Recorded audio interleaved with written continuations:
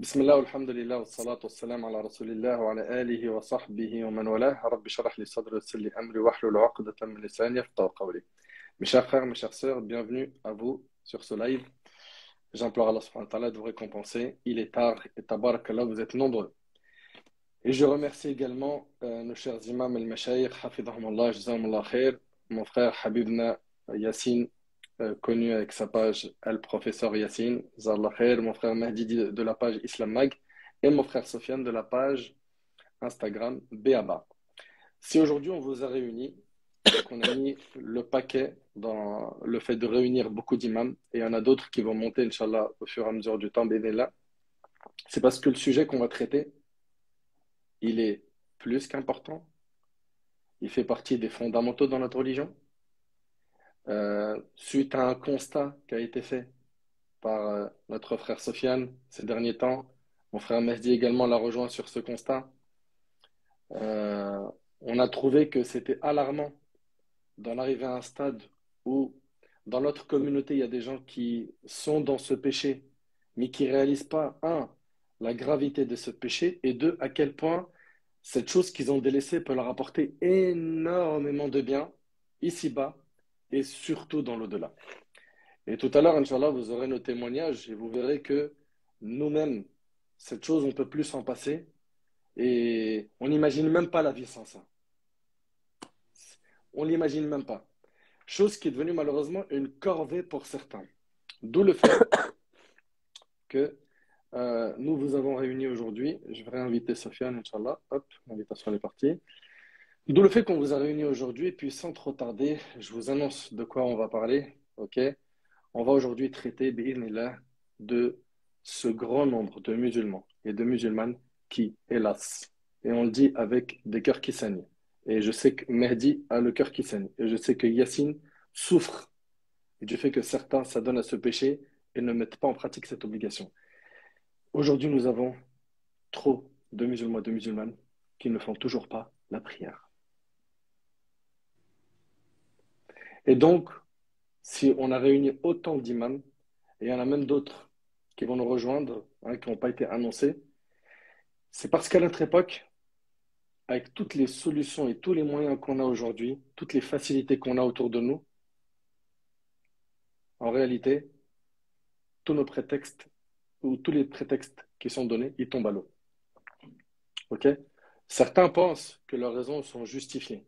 Certains pensent que, ouais, mais mon frère, moi, c'est assez particulier, tu ne peux pas comprendre. Eh ben, vous allez voir, Inch'Allah, ensemble, à travers ce live, qu'en réalité, nos raisons ne sont pas justifiées et qu'il faut impérativement, un, reprendre la prière ou la commencer tout court pour certains qui ne l'ont jamais fait ou qui l'ont délaissé.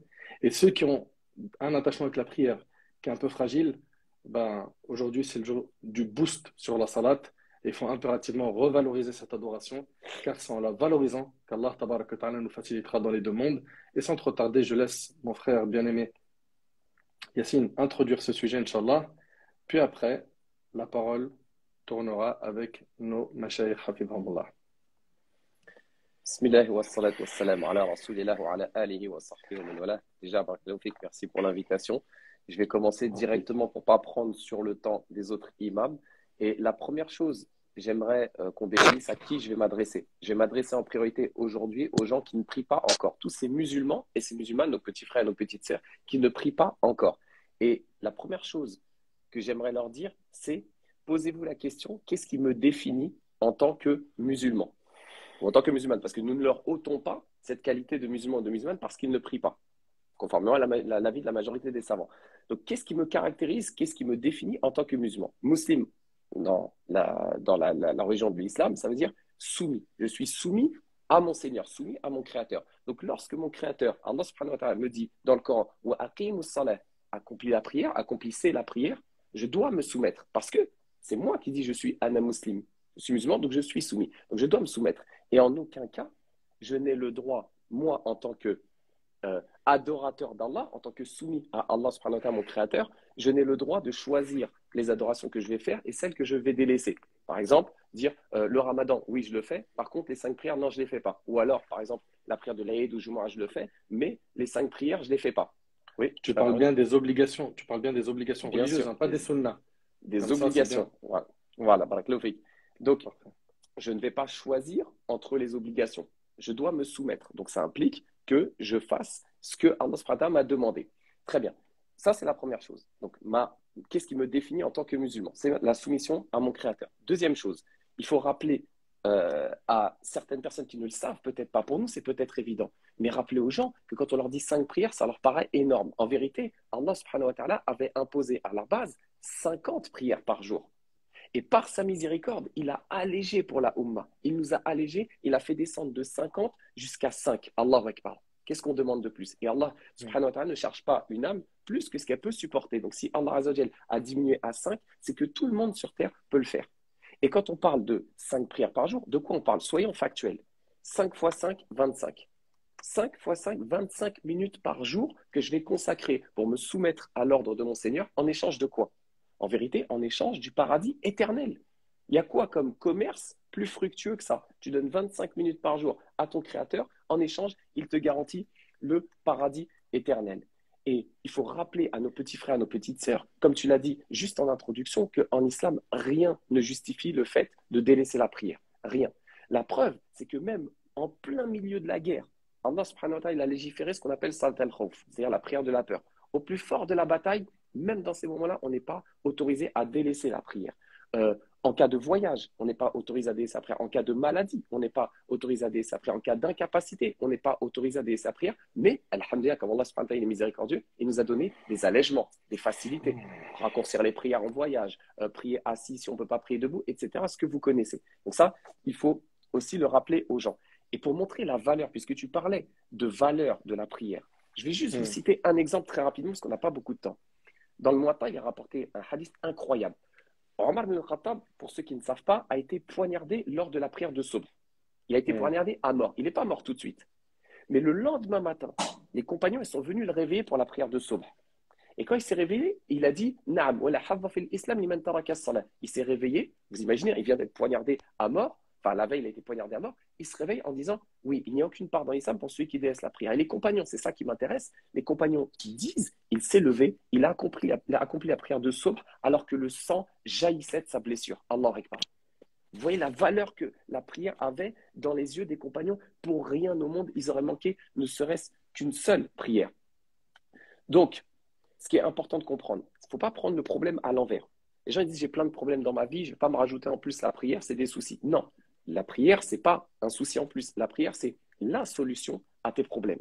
C'est dans ce sens-là qu'il faut comprendre la chose. Et je ne dis pas que ça va être facile. Quand tu commences un nouveau sport, tu commences la musculation, tu vas arriver, ça va être dur au début.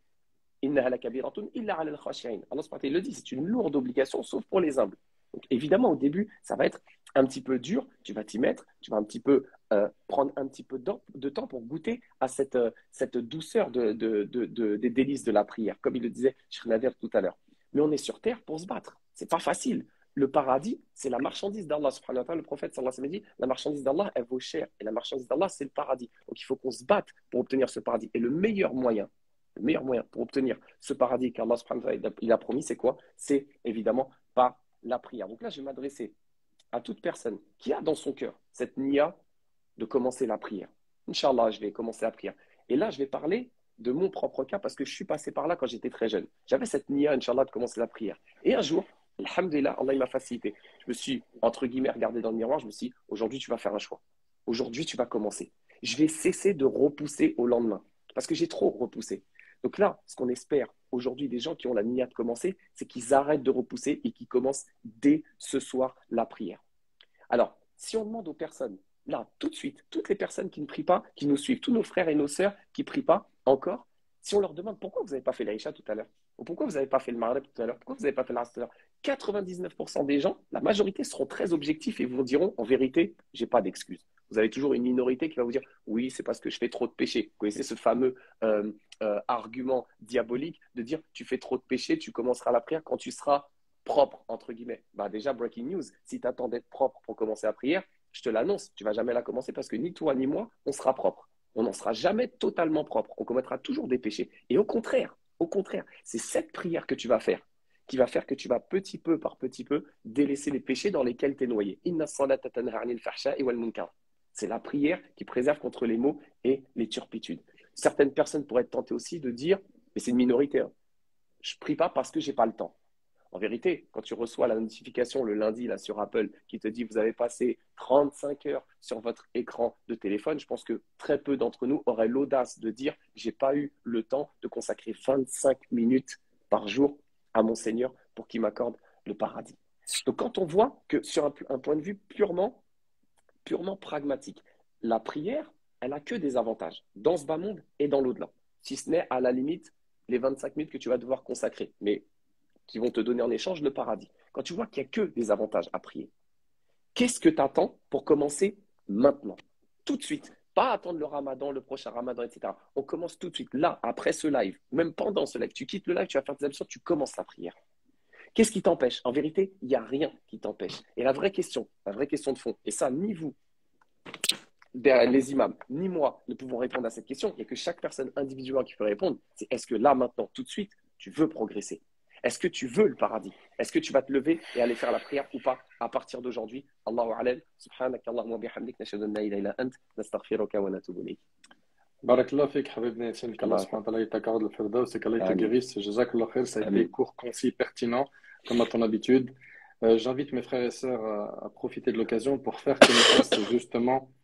Je vous invite à faire connaissance justement avec les différents imams aujourd'hui connectés. Je sais que vous en connaissez un paquet sur le net, mais dans le cas où vous ne connaissez pas mon frère Yassine, sa page, je la mettrai, Inch'Allah, à la fin du live, à le professeur Yassine. D'accord? Et je vous invite à suivre son contenu ainsi que mes frères bien-aimés, car qu'Allah les préserve, ils font un travail sérieux. Jazakallah khair Yassine, on ne va pas te retarder, Inch'Allah, je sais que tu as besoin de repos. Si tu peux quand même nous suivre, on va faire monter un imam à ta place. Je garde, t'inquiète pas, je suis là. Barakallah fik, jazakallah khair. Salam alaikum.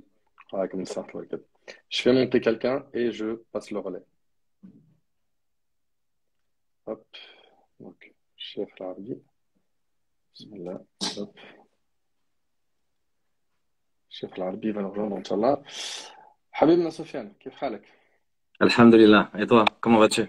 الحمد لله بارك الله فيك. أهلا شيخ العربي كيف حالك؟ السلام عليكم.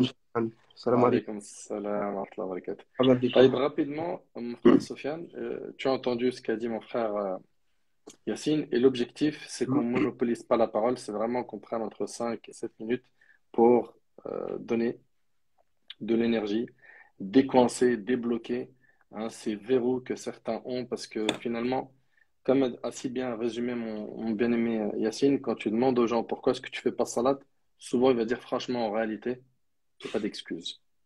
Donc je te cède la parole, Sofiane. Bismillah. Bismillah ar-Rahman ar-Rahim. Alhamdulillahi Rabbil Alamin. Wa sallallahu wa sallam wa baraka ala Muhammadin wa ala alihi wa sahbihi ajma'in. Barakallahu fikum. Je vous remercie pour ces interventions sur ce sujet qui est très important, le sujet de as-salat, et sur cette catastrophe et cette calamité qui touche notre communauté et qui est l'abandon de salat. Il fut une époque où être musulman allait de pair avec le fait de prier. Et on voit qu'aujourd'hui, de plus en plus de musulmans, on le remarque, même dans des cercles de gens qui s'intéressent à Din, qui s'intéressent à la religion et qui ont d'autres pratiques, délaissent celle-là qui est la plus importante et qui est la pratique centrale et vitale, quotidienne pour les musulmans. Je vais revenir sur ce que mon frère Yassine a dit. Juste avant, parmi ce qu'il a dit de très intéressant, ce qu'il a dit était très intéressant, alhamdulillah. Mais ce que je veux dire, c'est qu'il y a une chose, moi, qui m'a interpellé, c'est qu'il a dit pourquoi tu ne pries pas alors que dans Salat, il n'y a que des avantages. Effectivement, si on se rappelle ces avantages concernant Salat, eh bien, c'est quelque chose qui va, bi'idhnillahi ta'ala, nous pousser et nous encourager à faire cette Salat. Notre objectif, c'est ensemble de s'encourager. La Salat, c'est une adoration. Et Allah, subhanahu wa ta'ala, par sa grâce, a voulu que cette adoration se fasse en commun. Donc, il y a une entraide qui doit se faire. Ce n'est pas parce que je prie que tous les gens qui sont autour de moi, je dois les laisser de côté et faire ma prière tout seul parce que je me sauve moi de l'enfer et peu m'importe les autres. Non, au contraire, il faut qu'on ait cette entraide. Et c'est pour ça qu'on fait salat ensemble, parce qu'il y a cet encouragement, on s'entraide, on voit qui vient, qui ne vient pas. Quand quelqu'un ne vient pas, on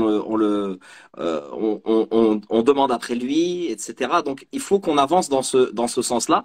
Et ce sujet-là n'est pas un sujet seulement pour les gens qui ne prient pas, mais c'est un sujet pour tous. Celui qui ne prie pas se doit de s'y mettre tout de suite. Et celui qui prie, eh bien, doit non seulement être un moteur, c'est-à-dire aider les autres à prier, mais aussi il doit faire en sorte d'améliorer sa prière. Et alhamdoulilah, l'échelle est très grande jusqu'à notre modèle qui est le prophète sallallahu alayhi wa sallam.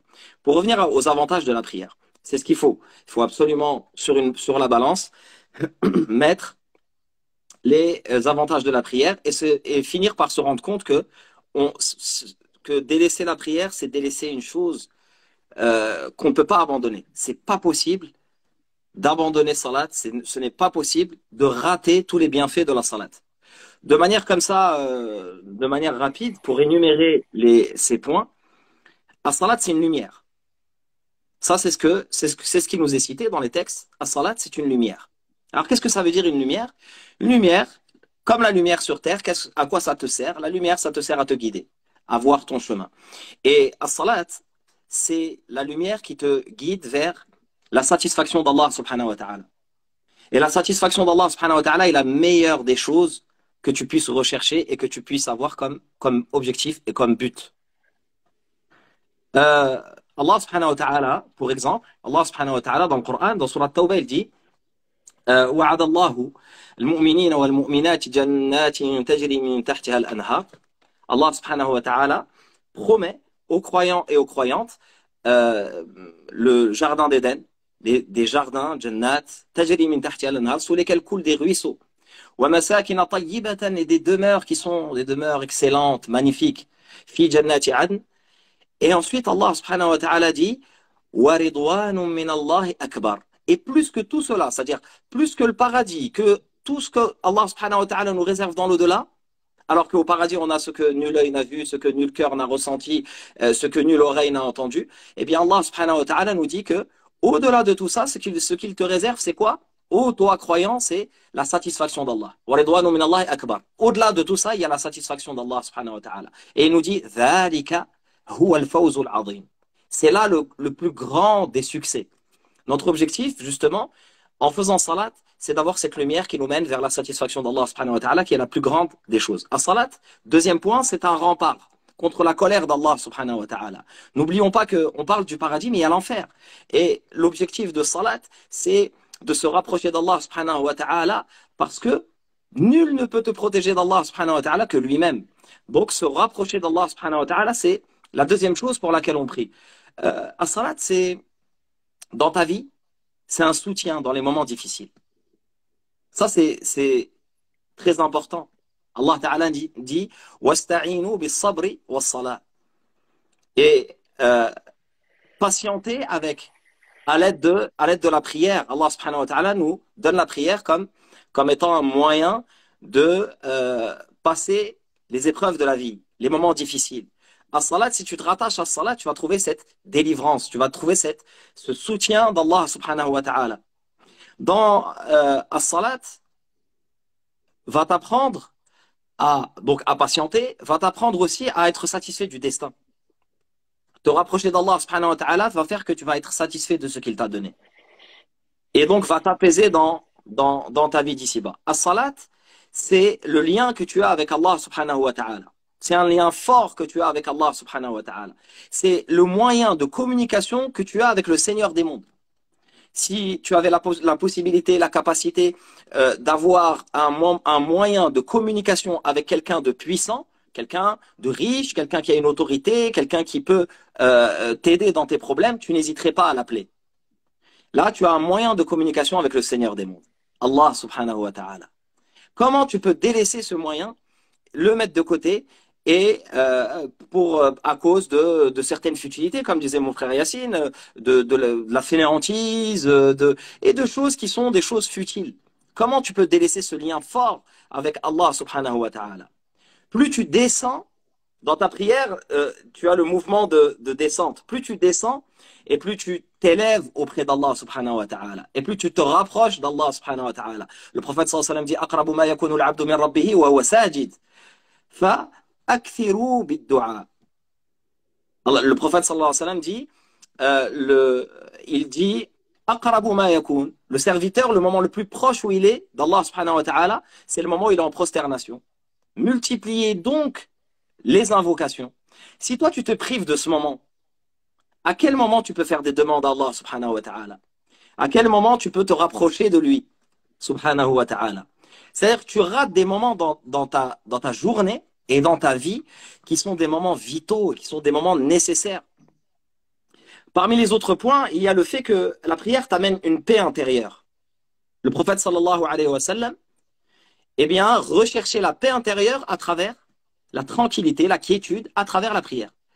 Lorsqu'il disait à Bilal radiallahu ta'ala de faire al-iqama, c'est-à-dire de faire l'appel à la prière qui est juste avant, il lui disait arihna biha ya Bilal. Arihna biha, c'est-à-dire apaise-nous. Fais-nous entrer dans cette adoration qui va nous permettre d'être apaisés. L'apaisement, les gens cherchent l'apaisement dans des tas de choses, et notamment dans des distractions, dans des futilités.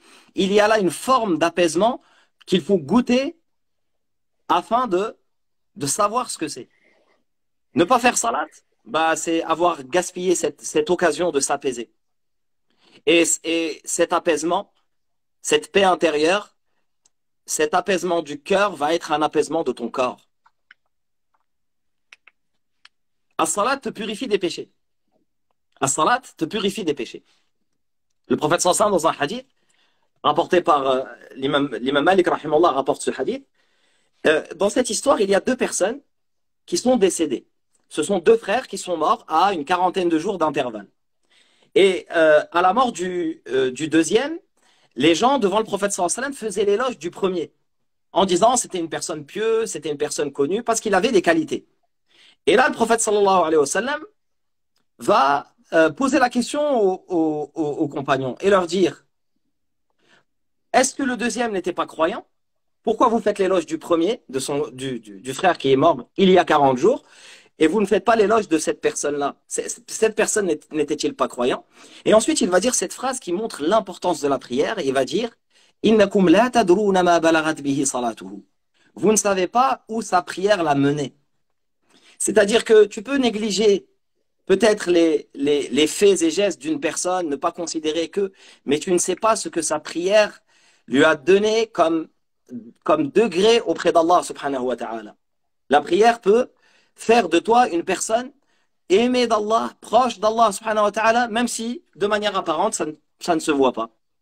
C'est ce moment-là qu'il y a un moment intime entre toi et Allah subhanahu wa ta'ala. Tu peux pas délaisser ce moment.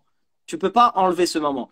Et ensuite, le prophète sallallahu alayhi wa sallam va dire, celui qui accomplit salat, c'est comme une personne, il va donner l'exemple d'une personne qui a un fleuve devant chez lui, qui a une rivière, et qui n'a de cesse de traverser cette rivière et donc de se nettoyer. Est-ce que cette personne, est-ce qu'il resterait quelques impuretés ou quelques saletés sur cette personne? Non. Cette personne-là, bah, va être propre. Eh bien, salat, va te purifier. Va purifier ton cœur. La prière, c'est une réussite. Et je termine sur ce point. La prière, c'est une victoire. La prière, c'est une réussite. La prière, c'est la réussite de ta vie. C'est qui le dit? C'est Allah subhanahu wa ta'ala. C'est Allah ta'ala qui te dit que la prière, c'est la victoire et la réussite de ta vie. On cherche des réussites dans notre vie, on cherche des choses qui nous permettent d'être heureux, etc. La victoire et la réussite, c'est salat. Allah subhanahu wa ta'ala, dans surat Al-Mu'minun, il dit « Qad aflaha al-mu'minun ». Qad aflaha al-mu'minun. Bienheureux sont certes les croyants. Et ensuite, il va détailler les caractéristiques de ces croyants. Et la première des choses qu'il va citer, c'est quoi? Alladhina hum fi salatihim khashi'un. Ceux qui ont le khushu', qui sont humbles, qui sont concentrés, qui ont ce recueillement dans as-salat. C'est la première caractéristique qu'Allah Ta'ala cite de ceux qui sont les victorieux, ceux qui ont réussi. قد أفلح المؤمنون الذين هم في صلاتهم خاشعون والذين هم عن اللهو معرضون. Et là, un petit point, pour terminer ce grand point, parce que je sais que Mehdi va me dire que j'avais dit que c'était le dernier point, mais que j'en rajoute encore un. Il cite la première caractéristique. Le premier point qui est que la première caractéristique de ces croyants, c'est que ils prient et ils sont attachés à leur prière et ils s'éloignent, ils font en sorte de s'éloigner des futilités. وَالَّذِينَ هُمْ عَنِ اللَّهُ. Toutes les futilités, les distractions, les choses inutiles. اللغو. اللغو, نعم. Et ces choses, l'intérêt ici, c'est de dire quoi? C'est de dire que parmi les pistes, parce que ça, c'est le premier moyen de sortir d'une maladie, c'est de se dire déjà qu'on est malade, de savoir qu'on est malade. Et de trouver des pistes pour pouvoir sortir de cette maladie et aller sur le chemin de la guérison. Eh bien, parmi les choses qui nous empêchent de faire salat, ce sont les distractions, les mauvaises fréquentations, les gens qui nous poussent vers des tas de choses qu'on considère comme étant des victoires ou des réussites, mais qui ne sont en fait que des choses éphémères de ce bas monde. Et je m'arrête là. Barakallahu fikum. Jazakallah khair, akhi Sofiane, barakallah fik. Si ça ne te dérange pas, Sofiane, je vais faire monter Ismaïl, puis après, Inch'Allah, je refais monter. Il y a Mohamed qui va monter, puis après, je te refais monter, Inch'Allah. Ok? Là, Barakallahu je vais fik. donner la parole à. Barakallah. Je vais donner la parole à mon frère Mehdi. Et Mehdi, avant de te donner la parole, je vais te donner un peu de grain à moudre. Aujourd'hui, il y a beaucoup de gens qui disent, moi, j'ai envie de faire la salat, mais je te dis la vérité, je vais la faire, Inch'Allah, mais pas maintenant. Donc, procrastination. Également, il y en a qui vont dire, j'aimerais bien la faire la salat, mon frère Mehdi. Mais frère, viens voir les péchés que je fais. Ça colle pas. Ok? D'autres qui vont dire, moi j'aimerais bien faire la salat, t'as vu, mais il va te dire un mais qui te montre en fait que la dunya l'a absorbé. C'est-à-dire, lui, c'est l'argent, le business, hein, la notoriété, briller sur le net, etc. Il y a également le point que mon frère Sofiane il a signalé tout à l'heure, la mauvaise fréquentation, fait en sorte qu'il y en a beaucoup qui n'y arrivent pas. Et le dernier point, c'est euh, malheureusement, et c'est une réalité, وَمَا قَدَرُ اللَّهَ حَقَّ قَدْرِهِ. Ils n'ont pas estimé Allah à sa juste valeur. Donc, mon frère Mahdi, la parole est à toi et je vais te faire descendre Sofiane pour mettre à la place mon frère Ismaïl. Puis après, ça va tourner, Inch'Allah. Barakallahu fik. Bismillah, wa salatu wa salam ala rasulillah wa ala alihi wa sahbihi wa man walah. Effectivement, Sofiane, c'est dur, hein, il tient le micro, mon frérot. Et Fned, fais attention, hein, tu es le maître d'orchestre. Il faut faire en sorte que tu puisses bien rétribuer la parole, Inch'Allah ta'ala. Je le dis pour moi et pour les autres. Hein. C'est bon? Tu m'entends? Très Nickel. bien. Barakallahu fik. Salam Donc, alaikum, Shaykhana, donc la prière pour Allah ta'ala, pour essayer de rentrer dans les 5 minutes. Le premier point qui met pour moi fondamental dans la prière, c'est que le prophète alayhi sallam nous dit إِذَا صَلَحَتْ صَلَحَ الْعَمَلُ كُلُّهُ وَإِذَا فَسَدَتْ فَسَدَ الْعَمَلُ كُلُّهُ. Si la prière est bonne, eh bien toutes les actions, toutes les choses seront bonnes. Mais si la prière est mauvaise, eh bien toutes les actions et toutes les choses seront mauvaises. Donc par ce biais, par cette parole, le prophète alayhi sallam nous montre toute l'importance de la prière. Et je m'étonne de la manière la plus absolue qui soit, de voir des gens qui espèrent bi'idhnillah ta'ala, un mieux dans leur vie, un mieux dans leur couple, un mieux avec leurs enfants, un mieux dans leur travail, un mieux économique et financier, alors qu'ils ont mis de côté ce propos du prophète, alayhi sallam, cet énoncé ô combien important, qui nous dit que si nous voulons avoir la réussite, et je sais que je donne véritablement, on a parlé de l'akhira, mais moi j'essaie d'être pragmatique et pratique pour les frères et nos sœurs qui sont en train de nous écouter. Vous avez tous des aspirations, vous avez tous des désirs, vous avez tous des buts dans la vie. Wallahi, que vous n'en réussirez aucun si vous n'êtes pas en conformité avec la prière. Parce que qui dit prière, dit al-alaqa ma'Allah subhanahu wa ta'ala, la relation avec Allah subhanahu wa ta'ala.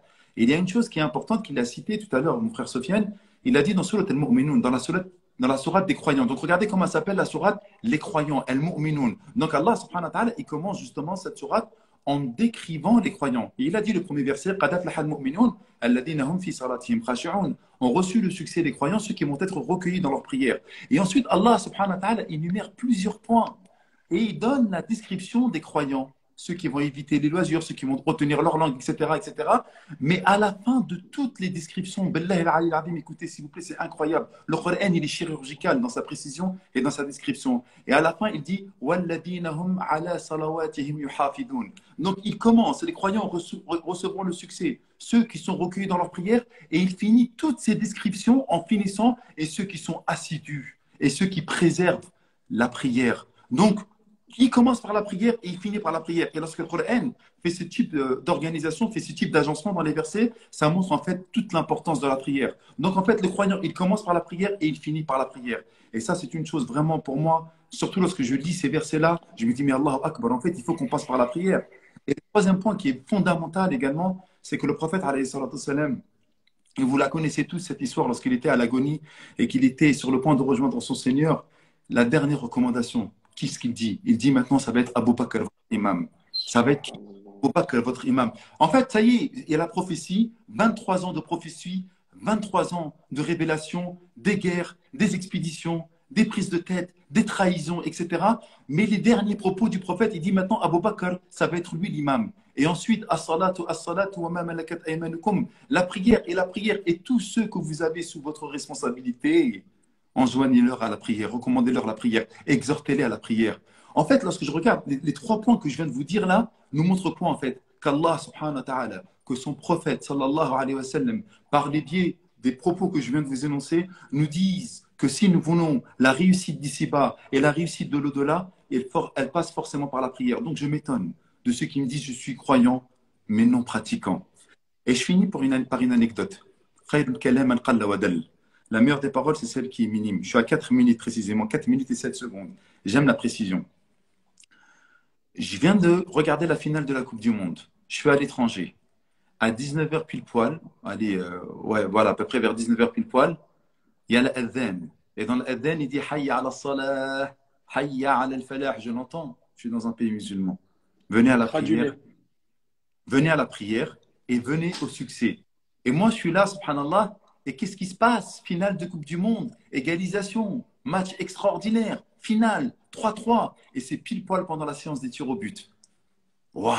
Qu'est-ce que je fais? Je me dis, ouais, mais subhanallah, c'est pas véritablement une obligation. Si je prie même après, c'est rien, c'est pas grave. Mais en fait, à un moment ou à un autre, ce que je suis en train de vous dire, c'est que la prière, elle doit revêtir une importance capitale dans notre vie. J'entends Hayya ala al-falah, venez au succès, Hayya ala al-falah, venez à la prière.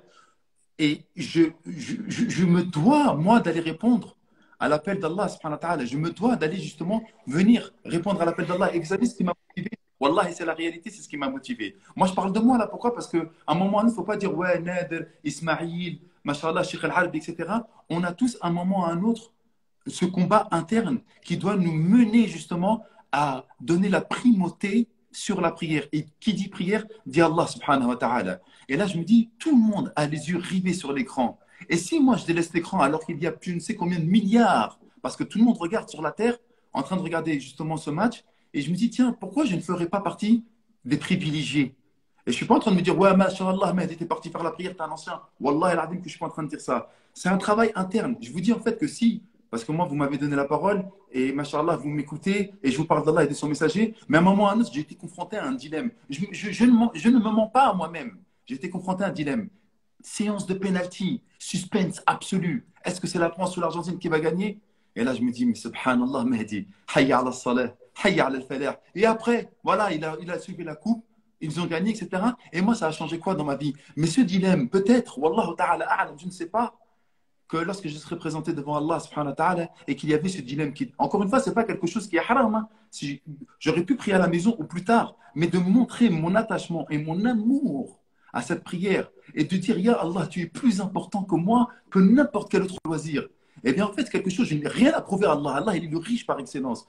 Mais je me suis prouvé à moi-même qu'en fait, j'aimais mon Seigneur, j'aimais cette relation, j'aimais cette prosternation, j'étais bien dans la prosternation. Je me disais, Alhamdulillah, en fait, je suis un privilégié. Allah, c'est pas moi, hein, qui m'a donné la force de le choisir lui, plutôt que de choisir, subhanallah, les loisirs dans lesquels j'étais. Wallahu ta'ala a'lam. Et voilà ce que je voulais vous dire par rapport à la prière. Celui qui s'accroche assidûment à la prière et qu'il aime plus que tout, uqsimu lakum billah, et j'en fais le serment, que vous allez récolter le succès le plus absolu dans cette vie d'ici-bas et également dans l'au-delà.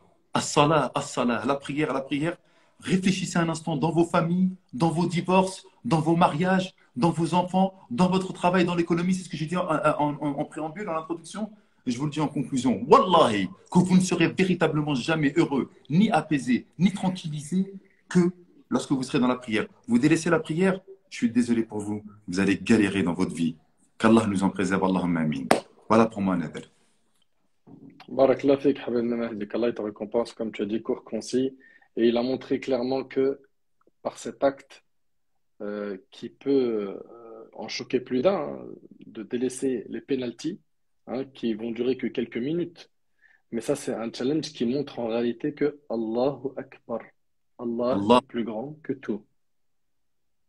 Allah est plus grand que tout. Allah, il est plus grand que mes loisirs, que mes passions. Allah, il est plus grand que la dunya, ce bas monde éphémère derrière lequel je cours. Allah, il est plus grand que mon épouse que j'aime, mes parents. Allah, il est plus grand que tout. Et ça, on le dit beaucoup, ça. Hein. On dit Allahu Akbar. Mais est-ce que c'est concrétisé dans la vie de tous les jours? Ben voilà. Mon frère m'a dit, je le sais très bien qu'il n'a pas dit ça pour se jeter des fleurs. Il a fait ici un effort, certes, ok, mais beaucoup d'entre nous sont capables de faire le même effort, voire plus. Et justement, il faut tirer, tirer nos frères et nos sœurs qui font pas salat pour qu'ils la savourent. Il y a une question que j'aimerais bien qu'elle soit traitée, et je sais que mon frère Ismaïl aimerait en parler. est-ce que je Concernant descends, le Nadal? salat, tu peux rester quelques secondes, quelques instants, parce qu'il y a quelqu'un qui va monter. Alors, oui, attends, oui, c'est bon. Là, tu peux descendre, Mehdi, je vais mettre quelqu'un. Et après, sur WhatsApp, si quelqu'un veut réagir, parce que je vais ouvrir après la boîte à questions, sur des commentaires pour qu'on soit vraiment dans le concret. De toutes les manières, on ne va pas parler 300 ans de salat, on va vraiment, comme vous avez pu voir là, aller droit au but, à l'essentiel. Enfin, mon frère Mehdi, je vais t'inviter, Inch'Allah, à descendre, qu'Allah te récompense pour tout. Et puis, si tu veux reprendre la parole, toi, Sofiane et Là, les autres, euh, un message et c'est réglé. Jazakumullah khair. Je vais juste, avant de lancer mon frère Ismaïl, faire rejoindre le live à un de nos chers frères. Bismillah. Hop. Donc, mon bien-aimé Ismaïl, je suis désolé, Cheikh Larbien, je sais que tu étais là avant, mais comme c'est dans la continuité du discours, salam alaikum Abu Bakr. السلام ورحمة الله وبركاته كيف سيدي. حالك؟ Comment tu vas? بخير؟ tu vas bien? Allah yahfazek, Oui, barak tout Allah va fik. bien. Ça va, tu vas bien? La famille? بارك الله فيك Allah حفظك الله yahfazek. Ton ورعاك. frère, il va bien? الحمد لله بارك الله فيك أحسن الله إليك. السلام عليكم Amin, بخير. ajma'in. Allah Alaikum yahfazek. salam wa حفظك rahmatullahi wa الله. barakatuh. الله يحفظك. Allah yabarak fik. Donc, mon frère Ismaïl, il y a beaucoup de gens qui commencent la salat et qui la trouvent très dure au début. Et c'est une réalité. Ok, et ces gens-là, il faut qu'ils entendent des solutions concrètes. C'est-à-dire que il y en a qui nous entendent là, et pour eux, ce qu'on dit, c'est fluide. Ok, ce qui a été dit par mon frère Sofiane, par mon frère Mahdi, par Yassine, c'est fluide, là, il n'y a pas de poussière dessus. Mais la difficulté, c'est comment je passe de la théorie à la pratique. C'est dur la salat pour certains. Ils disent, moi, j'aimerais bien la faire, mais je commence, j'arrête. Ok, la fainéantise me rattrape. Les tâches de ce bas monde me rattrapent. Je te cède la parole, Inch'Allah. Bismillah, alhamdulillah, wa salatu wa salam ala rasulillah. Assalamu alaikum wa rahmatullah. Wa alaykum salam wa rahmatullah. Chers imams, le salam à tout le monde. Barakallah fikum pour cette initiative. Donc, concernant la salat, déjà, on va parler de nous-mêmes, de nos pauvres personnes. Beaucoup nous prennent comme exemple et pensent que nous avons un parcours qui est différent du leur. C'est-à-dire un parcours dans lequel on serait né dans des familles dans lesquelles on a grandi dans l'islam et qu'on a grandi avec des chouyours, on a grandi. Non, je pense que on a exactement le même parcours que celles et ceux qui nous écoutent aujourd'hui. On est passé par certaines difficultés, par certaines tentations. Et Allah subhanahu wa ta'ala, à un moment de notre vie, il nous a facilité. Alhamdulillah Rabbil Alamin. Maintenant, il facilite quand toi-même tu as la volonté de te rapprocher. Plus tu te rapproches d'Allah, plus Allah subhanahu wa ta'ala se rapproche de toi. Dans un verset, Allah subhanahu wa ta'ala dit وَلَا تَمُدَّنَّ عَيْنَيْكَ ولا تمدن عينيك إلى ما متعنا به أزواجا منهم زهرة الحياة الدنيا لنفتنهم فيه ورزق ربك خير وأبقى وأمر أهلك بالصلاة واصطبر عليها لا نسألك رزقا نحن نرزقك والعاقبة للتقوى. Donc c'est le verset 131 et 132 de la sourate Taha, la sourate numéro 20. Dans cette sourate, Allah subhanahu wa ta'ala nous dit ne regarde pas avec envie les jouissances que nous accordons à certains groupes d'entre eux, c'est-à-dire parmi les riches qui se sont détournés d'Allah subhanahu wa ta'ala. Ce n'est là que la parure de cette vie destinée à les éprouver, alors que la récompense de ton Seigneur est meilleure et plus durable. En fait, ce qu'il y a, chers tous, lorsque on est face à la prière, on est confronté à deux situations. Soit à être dans l'adoration d'Allah subhanahu wa ta'ala, ou soit à délaisser cette prière et à se pencher vers ce bas monde. Quand on se dit, c'est l'heure de prier, mais je ne vais pas prier. C'est l'heure de prier, mais je prierai plus tard, ou alors je ne prie pas, tout simplement. Donc ici, on est confronté entre le bien et le mal, entre l'adoration d'Allah subhanahu wa ta'ala et entre l'adoration de Shaitan, entre le suivi de nos passions. Ce que je veux dire par là, c'est le suivi de nos passions et l'obéissance de Shaitan. Et Allah subhanahu wa ta'ala, dans ce verset, nous appelle à délaisser tout ce qui nous distrait de lui. Des fois même, on pense que cette distraction peut être même un travail. Alors qu'on soit bien d'accord, jamais, au grand jamais, on dira délaisse ton travail. Jamais au grand jamais, on dira délaisse ton travail. On dira plutôt accorde tes prières avec ton travail. C'est-à-dire que essaie d'accomplir tes prières à l'heure, même si tu continues à travailler. Mais il ne faut pas non plus que le travail soit une distraction pour la prière. C'est pour ça qu'Allah subhanahu wa ta'ala nous dit ne tends pas ton regard vers ce bas monde. Ne tends pas ton regard vers ce bas monde, car ce bas monde n'est que jouissance trompeuse. Ce bas monde est amené à disparaître. Également, des fois, on se dit que la prière, si je prie, ça va être pour moi une cause de ne pas travailler, de ne pas réussir dans ma vie. Et wallah que c'est le contraire. Allah subhanahu wa ta'ala nous dit dans le verset suivant وَأْمُرْ أَهْلَكَ بِالصَّلَاةِ وَاصْطَبِرْ عَلَيْهَا لَا نَسْأَلُكَ رِزْقًا نَحْنُ نَرْزُقُكَ. Enseigne ou alors ordonne à ta famille de prier et sois constant, sois assidu dans la prière. Ne délaisse jamais. Et là, le prophète Allah Jalla wa Ala s'adresse à qui? Il s'adresse au prophète Isa. Dans la plupart des versets dans le Coran, Allah subhanahu wa ta'ala nous dit accomplissez la salat, aqimus salat. Mais dans ce verset, Allah subhanahu wa ta'ala nous dit wastabir alayha. Et accomplis la prière et sois constant. Sois constant dans la prière, ne la délaisse jamais. Ya Allah, mais si je la délaisse jamais, je vais être confronté à la faim, je vais être confronté aux difficultés de la vie. Donc Allah subhanahu wa ta'ala termine le verset en disant La nas'aluka rizqan nahnu narzuquk. Nous ne te demandons pas de subsistance, c'est nous-mêmes qui nous chargeons de te nourrir. C'est-à-dire, fais ce qui t'a été ordonné, et Allah subhanahu wa ta'ala s'occupera de ta subsistance. Il mettra la baraka dans tes biens, il mettra la baraka dans ton travail. C'est nous qui t'accordons la nourriture, c'est nous qui t'accordons les biens. Donc la baraka, wallah, tu auras la baraka dans tes biens, même avec un salaire moindre, tu auras la baraka dans tes biens, plutôt que d'être dans une situation qui te détourne complètement d'Allah subhanahu wa ta'ala. Je termine avec 2 points. Le premier, c'est un hadith qui est en accord avec ce verset, dans lequel, un hadith qudsi, le prophète nous rapporte que Allah dit en s'adressant au fils d'Adam, Ya ibn Adam, tafarragh li'ibadati, amla qalbaka ghinan wa yadayka rizqa. Fils d'Adam, consacre-toi à mon adoration, consacre-toi à l'obéissance, c'est-à-dire une partie de ta journée. Cheikh Yassine, tout à l'heure, parlait de 25 minutes par jour sur 24 heures. Consacre-toi à l'adoration. Et Allah subhanahu wa ta'ala te dit, si tu te consacres à l'adoration, je remplirai ton cœur de richesse et tes mains de subsistance.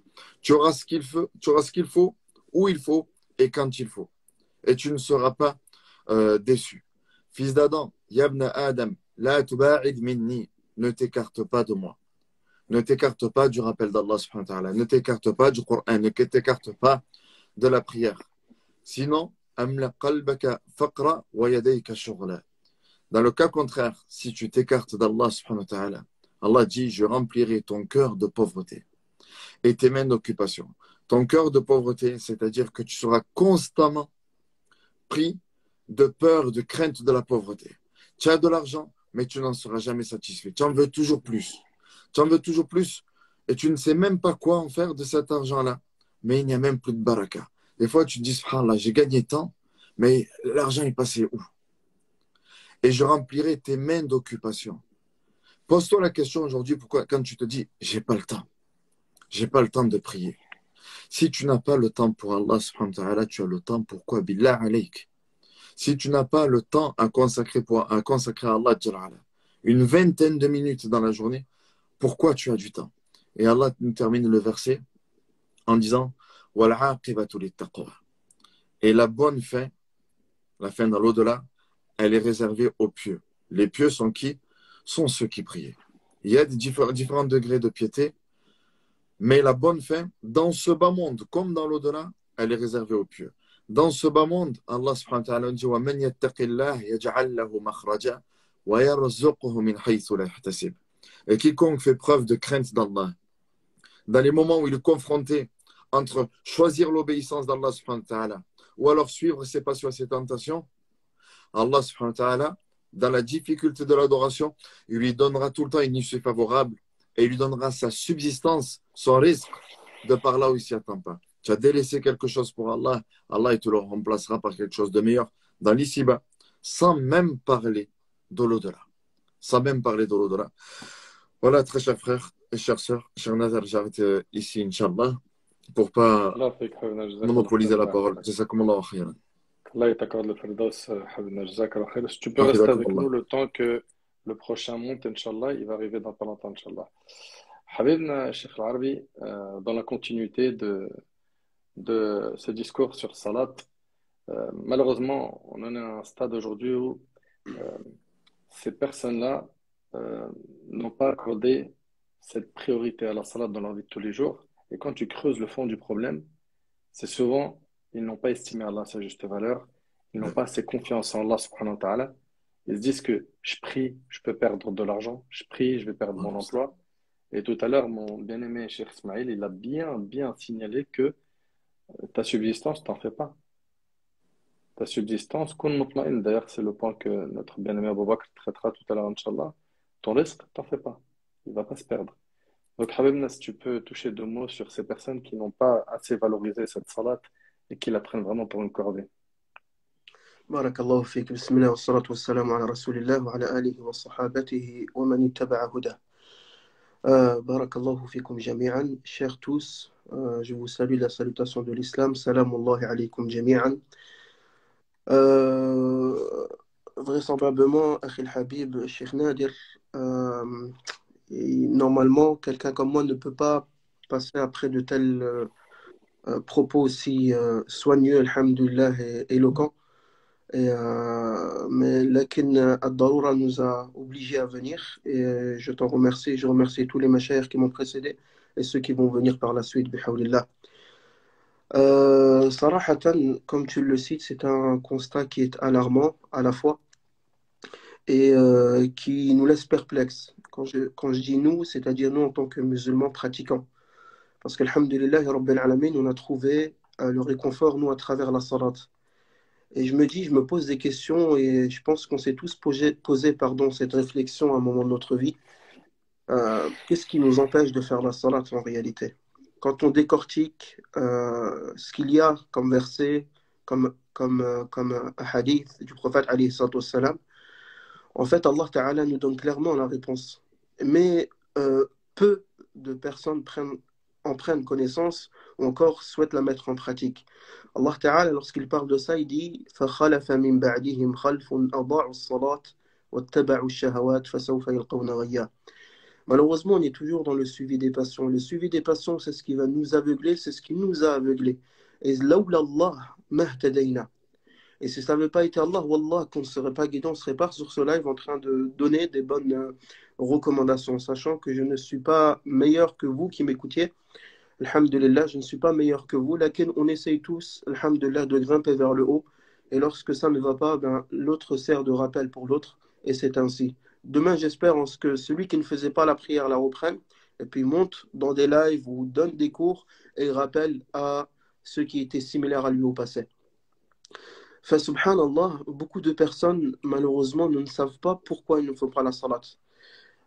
Ils se disent, tiens, j'aimerais bien, je vais la commencer demain, mais Si tu peux traduire le verset que tu as dit en arabe de Sourate Maryam. Allah tabaraka wa ta'ala, il dit, et certes sont venus par la suite, yani qawmun ada'u salat, des gens ou un peuple qui ont délaissé la salat, wa wattaba'u shahawat, et ils ont suivi les passions, et voici qu'ils seront précipités dans al-ghayya. Bien évidemment, il est traduit aussi par perdition. Donc ici, pourquoi? C'est-à-dire que les passions sont une cause principale du délaissement de la salat. On l'a dit, les mashayikh l'ont rappelé tout à l'heure. Et si tu me permets, Cheikhna, Ibn Abbas, il signale que ici, ada'uha, c'est pas ada'uha bil kulliya, c'est juste akharuha an awqatiha. C'est Tu ça. t'imagines un peu? Et Al-Ghaï, dans le tafsir aussi, ils disent que c'est un fleuve en enfer, yani, c'est alarmant. Le fait simplement de faire sortir une prière de son temps, t'en es menacé par un fleuve en enfer. Que dire d'une personne qui prie pas du tout? Allahu Akbar. Allahu Akbar, Allahu Akbar. Subhanallah. Et subhanallah, et aujourd'hui, il est important de rappeler la cause, c'est les passions. Et tant qu'on n'aura pas mis un frein sur les passions, eh ben, on aura vraiment du mal à faire la salat. Et on entend aussi beaucoup de personnes se plaindre du fait qu'ils se sentent hypocrites ou ils se plaignent du fait qu'ils ont peur de mourir et d'aller en enfer. Ils se plaignent du fait qu'ils ont peur du châtiment de la tombe, mais ils ne font rien derrière pour s'en prémunir et pour s'en préserver. Et sachant que la première chose qui va nous préserver déjà d'une part de l'hypocrisie et du fait de l'enfer, c'est la salat. Le prophète alayhi salatu wassalam, dans un hadith, il dit Man salla lillahi arba'ina salatan, celui qui prie pour Allah, yani, qui désire, qui par satisfaction pour le visage d'Allah tabaraka wa ta'ala, il a dit Wa huwa yudriku at-takbirat al-ula, alors qu'il arrive à parvenir à la première takbira, takbiratul ihram, c'est le premier takbira Allahu Akbar qu'on fait pour entrer en salat, qui déclare l'entrée de la salat. Il a dit, celui qui arrive, il fait en sorte de ne pas louper la première takbiratul ihram, et cela 40 prières, arba'ina salatan, kutiba lahu bara'atan. Le prophète il a dit, il lui sera inscrit 2 sceaux, en d'autres termes, 2 protections. La première protection, il a dit, bara'atun minan nifaq wa bara'atun minan nar. Un sceau ou une protection contre l'hypocrisie et un sceau contre le feu de l'enfer. Et dans une autre variante, le prophète alayhi salatu wassalam, il dit fi masjidi hada, il rajoute wa bara'atun min al-'adhab, ainsi qu'un sceau contre le châtiment, c'est-à-dire le châtiment de la tombe. Donc aujourd'hui, on se plaint beaucoup, on se dit bah tiens, je vais aller en enfer si je meurs, mais c'est le moment de prier, masha'Allah. La réussite, comme l'ont rappelé les mashayikh tout à l'heure, c'est dans la salat. Imagine 40 salats, c'est combien, Akhil Habib? 40 salats, c'est à peu près 8 jours. 40 à 5 prières par jour, c'est à peu près 8 jours. Tu pries du lundi au lundi, c'est fini. Allah Ta'ala, il te donne, et que tu as été sincère, pas par ostentation, il te donne protection contre ce qu'on vient de citer, subhanallah. Mais c'est le moment idéal. Et surtout si tu le pries en groupe, bien sûr. Il a dit dans le hadith, jama'atan. Et lorsqu'on regarde un autre verset, Allah Tabaraka wa Ta'ala, il a réprimandé ceux qui ne priaient pas en groupe. Que dire de celui qui ne prie pas tout seul? Lorsqu'il dit, ala lisani ahli nar, قالوا لم نكن من المصلين, nous n'étions pas parmi ceux qui faisaient la salat. Al-musallin, c'est pas le musalli. Et ils se sont retrouvés où? Fi Saqar. Dans Saqar, C'est important de en enfer. subhanallah. Allahu Akbar.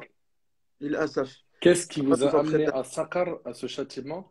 Ils ont dit on ne faisait pas partie de ceux qui priaient. C'est terrible. Allahu C'est terrible. Akbar. C'est-à-dire que tu as beaucoup à gagner, on a entendu toutes les faveurs, et tu as beaucoup à perdre. C'est-à-dire que la personne équilibrée, l'histoire de la salat, normalement, ça devient rapidement une affaire classée. Naam, sahih. Subhanallah. Qu'Allah nous en préserve du Saqar, ya Rab. Amen. Et leur réponse fut, ah ben voilà, nous n'étions pas la première réponse parmi ceux qui priaient. Et des versets, il y en a. Et des hadiths, il y en a. Il n'y a pas que ça, ahibati. Lakin aujourd'hui, c'est de se faire. Aujourd'hui, ce qui est intéressant, c'est de faire son introspection, comme l'ont rappelé. Voilà. Quelle est ma situation vis-à-vis d'Allah? Quelle est ma sila? Comme Allah dit, salat, sila. mon lien avec Allah tabaraka wa ta'ala dans l'étymologie du terme, est-ce qu'il a été interrompu ou est-ce qu'il est encore, il tient sur quelque chose, mais est-ce que cette quelque chose, il faut la consolider, etc. C'est le moment à travers la salat ahibbati. Et enfin, je finis avec cela. Le prophète alayhi salatu wassalam, dans un hadith authentique, il a dit إذا رأيتم الرجل اعتاد المساجد, lorsque vous voyez une personne qui fréquente les masajid, c'est-à-dire qui fréquente les mosquées, il a dit fashhadu lahu bil iman, témoignez de lui qu'il a la foi, témoignez de lui qu'il a la foi. Vous imaginez, témoigner de lui qu'il a la foi, alhamdulillah. Imagine, tu arrives le jour de la résurrection, tu t'attendais à ce que Allah Ta'ala te sévit par rapport à tes actions mauvaises que tu as fait dans ce bas monde, et le fait que tu ailles faire ta salat, que ce soit dans les masajid, dans groupe ou autre, eh ben, le jour de la résurrection, tu vas venir, tu voudras te défendre, et là, tu vas voir Muhammad, Abdullah, Abdul Qadir, qui va venir et dire ya Allah, je témoigne, il a la foi. Il a la foi. Je témoigne, il a la foi. Je témoigne, il a la foi. Donc, au Qiyamah, ils seront des témoins pour toi parce que tu es allé à la mosquée. Aujourd'hui, on en a besoin, mais que dire du jour de la résurrection? C'est d'ailleurs pourquoi, Inch'Allah, je finis sur ces mots-là en espérant, Inch'Allah, que tous, moi le premier, prendront en considération ces rappels-là au pluriel et puis partiront sur de nouvelles bases. Ce n'est pas trop tard, ce n'est pas trop tard, ce n'est pas trop tard. Et je vous dis, hafidhakumullahu jami'an wa hadana ila siratil mustaqim. Amin, barakallahu fik, habibna, Cheikh Arabi, hafidhakallah wa ra'ak, jazakallah khair. Notre prochain imam, il va monter dans pas longtemps, donc vous pouvez rester pour l'instant. Et sans trop tarder, je laisse la parole à mon frère Abou Bakr, Inch'Allah. Donc, comme tu as bien compris, mon frère Abou Bakr, notre grand problème aujourd'hui, c'est qu'on a autour de nous énormément de jeunes et de moins jeunes, hommes et femmes, qui sont musulmans, qui ne font pas salat. Et comme l'a si bien signalé mon frère Yassine dans le début du live, il a dit que ces gens-là, quand on les questionne, pourquoi tu fais pas salat, ils disent franchement, je vais dire la vérité, en vrai, j'ai même pas d'excuses. C'est-à-dire qu'ils se rendent à l'évidence que voilà, ils sont mortéines, ils sont fautifs, mais ils n'arrivent pas à trouver le carburant, tu vois, cette propulsion pour aller de l'avant et commencer salat et trouver de l'énergie. Donc je te cède la parole, Inch'Allah. Barakallahu fik. بارك الله فيك بسم الله الرحمن الرحيم والصلاة والسلام على أشرف الأنبياء والمرسلين سيدنا محمد وعلى آله وصحبه أجمعين إن شاء الله تعالى j'essaierai par la grâce d'Allah tabaraka wa ta'ala de faire une petite intervention. Je remercie les frères, les imams qui sont passés avant moi. Ce que j'ai envie de partager avec vous quand j'entends ça, c'est que les gens ne se rendent pas compte de quoi ils sont privés. C'est-à-dire que l'insan, quand il est coupé de la prière, il est coupé d'Allah tabaraka wa ta'ala. Si les gens savaient réellement qui était notre Seigneur et à quel point on a besoin de lui 24 heures sur 24, et les bienfaits qu'il nous accorde jour après jour, je pense que on verrait très peu de personnes abandonner. Je dirais même personne abandonner la prière. Je vais témoigner, je vais prendre, parce que tu parlais du risque, je vais prendre un cas qui est le mien, et c'est pour ça qu'il y a un peu d'émotion. Moi, quand j'étais plus jeune, je me souviens à mes 17-18 ans, j'avais un mal-être intérieur par rapport à mon identité. À l'école, ça n'allait pas, on me renvoyait à mes origines, à ma religion. Voilà. Vous savez, grandir dans un contexte européen, c'est pas évident par rapport à qui on est. Et les parents ne comprennent pas forcément. Bref, ça n'allait pas à l'école, une chose. Et je me retrouvais la nuit à pleurer. Il n'y a qu'Allah subhanahu wa ta'ala qui me voyait. Et je lui disais, Ya Rab, ce monde, je vais utiliser des mots de jeune. Je disais, ce monde, il me dégoûte, prends-moi, j'ai pas envie de vivre. Le seul auprès de qui je trouvais cette possibilité pour parler, et dans mon cœur, je ressentais qu'il savait ce que j'avais, c'était Allah tabaraka wa ta'ala. Et je pleurais comme ça dans mon vie, Ya Rab, ce monde. Je voyais la rue, j'ai grandi dans une cité, la mentalité, comment ça fonctionnait, tout ça, me dit, subhanallah, cette violence entre les jeunes par rapport au deal, par rapport à plein de choses. Et ces gens se perdent à l'école, courir derrière des diplômes avec de la souffrance, des choses qu'on apprend qui ne servent à rien. Et subhanallah, c'est ça qui met l'émotion. Si les gens, en fait, savaient à quel point, quand on n'est pas bien, quand on atteint le fond, au niveau psychologique, on est pas mal, la rahma d'Allah tabaraka wa ta'ala, qui est présente tout le temps, mais à laquelle on a accès. Et comment Allah tabaraka wa ta'ala, subhanallah, il a des noms et des attributs qui se goûtent dans la difficulté et l'épreuve. S'il savait qui il était, subhanallah, réellement, c'est impossible de ne pas prier. Impossible. Celui qui connaît Allah tabaraka wa ta'ala ne peut pas ne pas prier. Ici, ce sont j'ai envie de dire, c'est des larmes de rahma. C'est que, comme j'ai envie de leur dire, les frères, les sœurs, vous ne savez pas de quoi vous êtes privés. Si seulement vous saviez qui est Allah tabaraka wa ta'ala, à quel point on a besoin de lui. Et c'est pas parce que ici, voilà, là, on a des nobles gens, hein, des imams et tout, ça reste des êtres humains comme tous les autres, et on est tous dépendants d'Allah. Et Allah, par sa grâce, a fait que, voilà, il nous a guidés, c'est lui qui nous guide, qui continue à nous guider, et on espère par sa grâce mourir sur la shahada et pouvoir aller au paradis. Mais au-delà de ça, même au-delà du châtiment, même c'est important pour remettre les produits à l'heure, Allah subhanahu wa ta'ala, si seulement vous savez qui il était et à quel point on a besoin de lui 24 heures sur 24, juste pour pouvoir apaiser les cœurs. Apaiser les cœurs. Pourquoi je dis ça? Parce que voilà, j'ai plein de gens au téléphone qui souffrent des problèmes. Voilà, tous les jours, j'entends des problèmes des gens qui souffrent. Et subhanallah, la chose par laquelle ces gens-là regouttent un peu, on parlait de risque et la plus grande subsistance qui est le fruit de cette connexion avec Allah, parce que la prière, c'est la connexion, c'est l'itmi'nan. C'est ce que les gens recherchent, cette paix du cœur, cette tranquillité. Ils sont en train de courir partout pour la trouver. Hein, on a vu que le sport, la Coupe du Monde, ça crée des émotions. Donc les gens essayent d'oublier leurs problèmes à travers le sport, le foot et tout. Mais la réelle paix, c'est-à-dire cette chose qui peut combler le cœur, la seule chose qui peut combler le cœur et créer un état intérieur, mais vraiment de bien-être et de quiétude, c'est ce lien qu'Allah tabaraka wa ta'ala. Et subhanallah, les mots sont impuissants. Franchement, j'essaie de trouver les mots pour décrire ce que je ressens à l'intérieur, mais j'arrive pas parce que c'est, comme on dit, Allahu Akbar. Allah, il est plus grand que tout mot, que toute parole, que toute chose. Mais vraiment, c'est un message du cœur. Les frères et les sœurs qui êtes là, Allah, avec des mots très très simples. Si seulement, il faut juste tendre votre cœur vers la Qibla. Juste faites ça. Invoquez Allah, tu pries pas.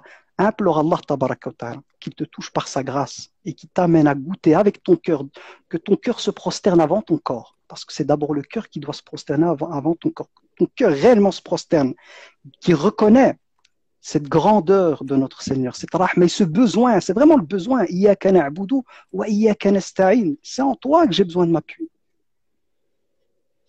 La ilaha illallah. Allah, la ilaha illallah. En plus, les frères tout à l'heure, ils parlaient, et tu dis subhanallah. Et Sidi Nader, il a rappelé un verset qui donne la chair de poule, vraiment la chair de poule. Wama qadarullah haqqa qadri. Ils n'ont pas, qui dit ça? Allah tabaraka wa ta'ala, il dit ça, et c'est sa rahma qui s'exprime. Il parle de nous. Ils n'ont pas vénéré Allah et respecté Allah comme il sait à sa grandeur. Wal ardu jami'an qabdatuhu yawm al-qiyamah. Alors que la terre et les cieux sera pliés dans sa main droite. Et le Rahman, il est tout le temps là, le Coran, on commence par Bismillah ar-Rahman ar-Rahim. L'entrée vers Allah, c'est la Rahma, Rahma, Rahma, Rahma. Allah subhanahu wa ta'ala ne veut que nous combler de sa grâce et de sa Rahma. Pourquoi l'être humain, il est comme ça? Pourquoi? T'es musulman, tu dis La ilaha illallah Muhammad Rasulullah. La prière, c'est pas possible. Allah n'a pas besoin de ma prière, ni de ta prière, ni de la prière de personne. C'est un honneur qu'il nous donne.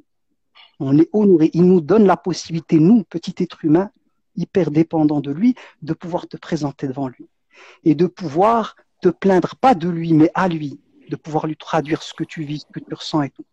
Et par le fait de connecter ton cœur à sa grandeur, de l'ouvrir ton cœur, il va faire descendre sur ton cœur cette paix que tu as besoin. On parlait de risque, il va te faciliter les choses, il va enlever. Pourquoi se priver de ça?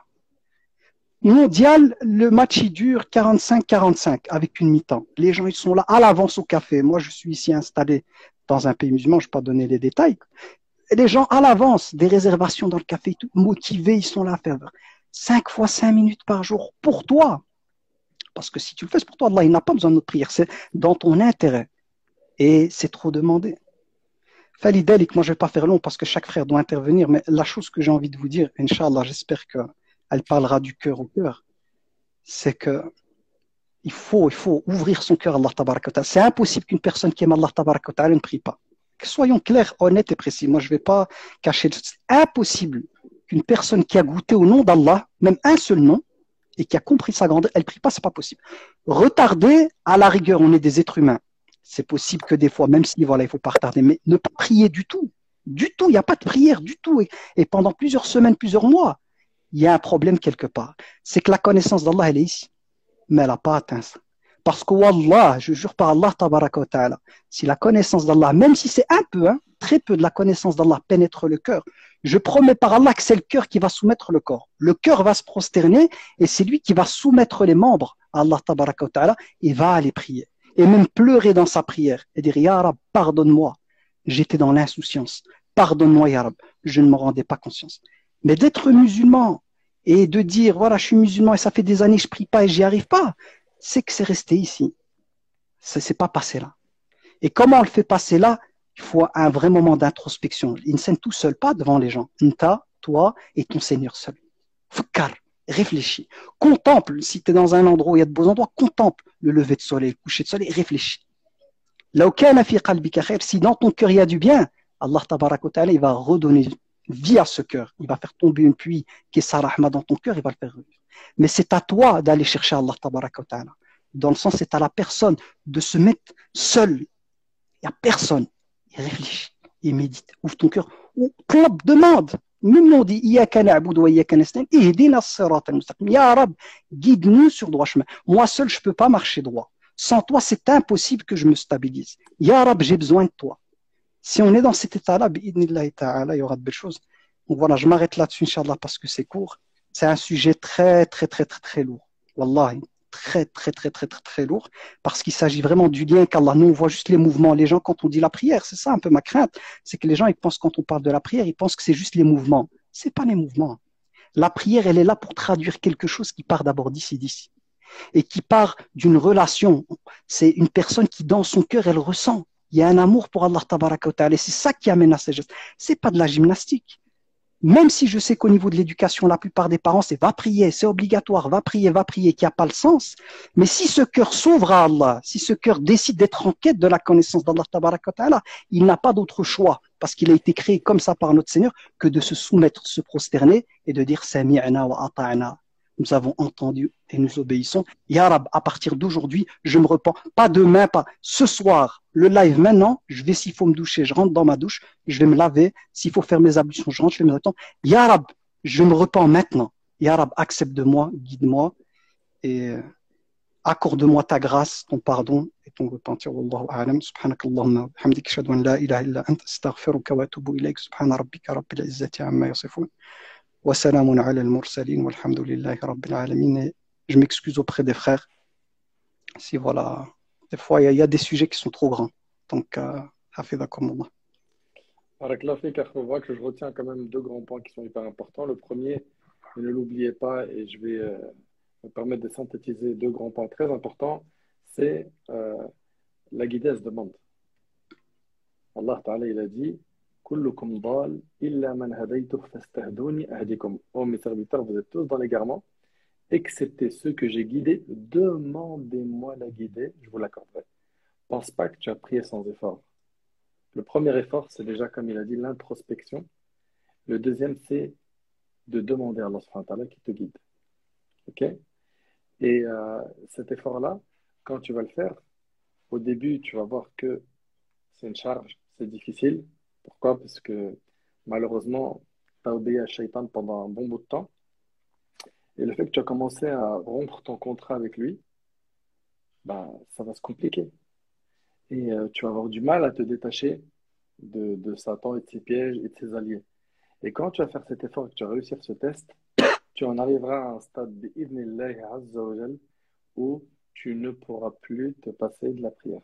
Mes frères qui sont ici connectés et ceux qui sont passés avant, je vais raconter une anecdote et elle n'a rien d'extraordinaire pour quelqu'un qui a valorisé la salat, qui a replacé la prière à sa place. Si tu veux y aller, Cheikh Arbi, il n'y a pas de souci, Inch'Allah. Ouais. Hafizakallah. Je vous suis, je vais laisser ma place à خلاص Sofiane. ما في إشكال إن شاء الله. بارك الله فيك. Barakallah جزاك الله fikum. خير. Salam الله alaikum. يحفظك. بارك الله فيك وعليكم السلام ورحمة الله. Je disais qu'il y a quelques jours, je me suis retrouvé dans une situation où mon temps était très serré. Salam alaikum, c'est Mohamed. السلام عليكم. وعليكم السلام. كيف حالك لاباس بخير؟ الحمد لله تا. Et vous, comment vous بارك allez? الله فيك. Très bien, Jazakallah. barakallah فيك. الله يحفظك. Je finis mon anecdote et je te passe le relais, Inch'Allah. تفضل. Bismillah. Je disais, subhanallah, que j'étais dans une situation où j'étais à l'extérieur de chez moi et au niveau de mon timing, il restait quoi, subhanallah, j'ai eu plein de tâches, plein de missions et j'ai oublié Salat al-Dhuhr jusqu'à il restait à peu près 10-15 minutes. Wallahi al-azim, l'état alarmant dans lequel je me suis retrouvé, l'angoisse de, subhanallah, mon temps il est court et il faut faire le nécessaire. Mon temps est court et il faut faire le nécessaire pour. Alors, apparemment, on me dit que le live va couper. Je sais pas Moi, si chez moi, ça a bugué un petit peu, mais je sais pas si ça vient de moi. je Tout va sais bien pas de mon si côté. quelqu'un. D'accord, mais parce qu'on m'avait dit que les lives Insta, après 1 heure, ils coupent. Je sais pas si c'est vrai. Non, ça peut. De toute façon, Insta m'a rien dit, donc on continue, hein. La Ouais. règle, c'est ça. Et subhanallah, c'est 10-15 minutes dans lesquelles j'étais en train de me précipiter, ablution, faut enlever les chaussettes, etc. Ceci, cela, salat, ça m'a angoissé.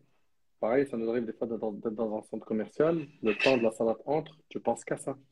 Ton ham majeur, ton souci majeur, c'est la prière. Comment je vais faire pour la faire? Et moi, ainsi que vous, et ça, j'en ai pas le moindre doute, par la grâce d'Allah, on a toujours trouvé, pas une solution, mais des dizaines de solutions pour faire salat. Il suffit de craindre Allah, d'avoir peur, subhanallah, et de faire le nécessaire pour qu'Allah, subhanahu wa ta'ala, il te facilite. Donc, la personne qui fait de cette prière du digne de manière générale, parce qu'en réalité, comme tout à l'heure mon frère Wawak l'a dit, à partir du moment où ça émane du cœur, c'est qu'il y a une conviction, c'est qu'il y a une force de foi, c'est qu'il y a une sincérité, c'est qu'il y a l'yaqin billah, on a la certitude en Allah, place notre confiance. À partir du moment où tout ça, c'est ancré dans mon cœur, je vais me débrouiller et je sais qu'Allah ne m'abandonnera jamais. Jamais. On l'a vu dans le Coran. Moussa, il se retrouve avec Pharaon derrière. Il a dit à son peuple, Allah ne m'abandonnera jamais. Ibrahim, alayhi salam, il va être jeté dans le feu. Et l'ange, il vient, il lui dit, est-ce que tu as besoin d'aide? Il lui dit, Allah me suffit. Il est le meilleur protecteur. Les prophètes, c'est ce qu'ils nous enseignent dans le Coran. Et Allah Ta'ala, s'il nous parle de ces récits, c'est pas pour décorer le livre d'Allah. C'est pour qu'on en tire des leçons. Donc, toutes les histoires des prophètes, elles viennent nous montrer qu'Allah Tabaraka wa Ta'ala n'a jamais abandonné quelqu'un qui veut faire salat. Prends ton courage à deux mains, sois costaud, sois solide, hein. Vous arrivez à relever des grands défis dans votre vie, hein, financiers, dans les études, dans les business, dans les projets, etc. Et la salat, qui prend, comme il a dit tout à l'heure mon frère Yassine, 25 minutes par jour. T'arrives pas à relever ce défi? Sois sincère, demande à Allah, fais les causes, et ça va le faire, Inch'Allah. Mon frère Mohamed, on est en train de nous adresser à ceux et celles qui, jusqu'à maintenant, ils ont un blocage avec salat. Et j'ai beaucoup aimé cette phrase de mon frère Yassine en introduction. Quand tu creuses, beaucoup d'entre eux, pour pas généraliser, dire qu'ils sont tous comme ça, ils te répondent, franchement, Akhi, j'ai aucune raison. Je sais que je prie pas, mais en vrai, j'ai pas vraiment de raison valable. Barakallahu fik.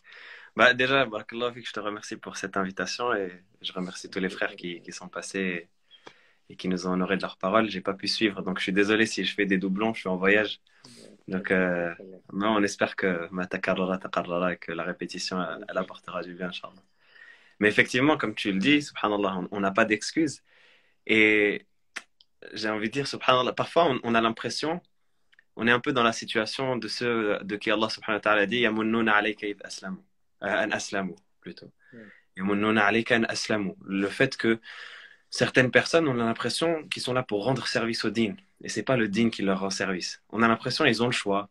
Ils ont le choix de la salat, c'est en option et c'est un peu pour se donner bonne figure ou pour dire je suis musulman. Donc quand il est dans cette psychologie-là, bah forcément, il va pas se dire c'est une obligation vitale. Il va pas mettre ça au même niveau que boire, manger, respirer.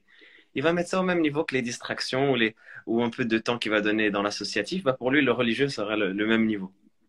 Alors que en réalité, il faut se dire que cette salat-là, c'est le lien qui nous lie à Allah subhanahu wa ta'ala, qui fait que c'est un peu comme un tuyau d'oxygène pour une personne qui est plongée dans l'eau.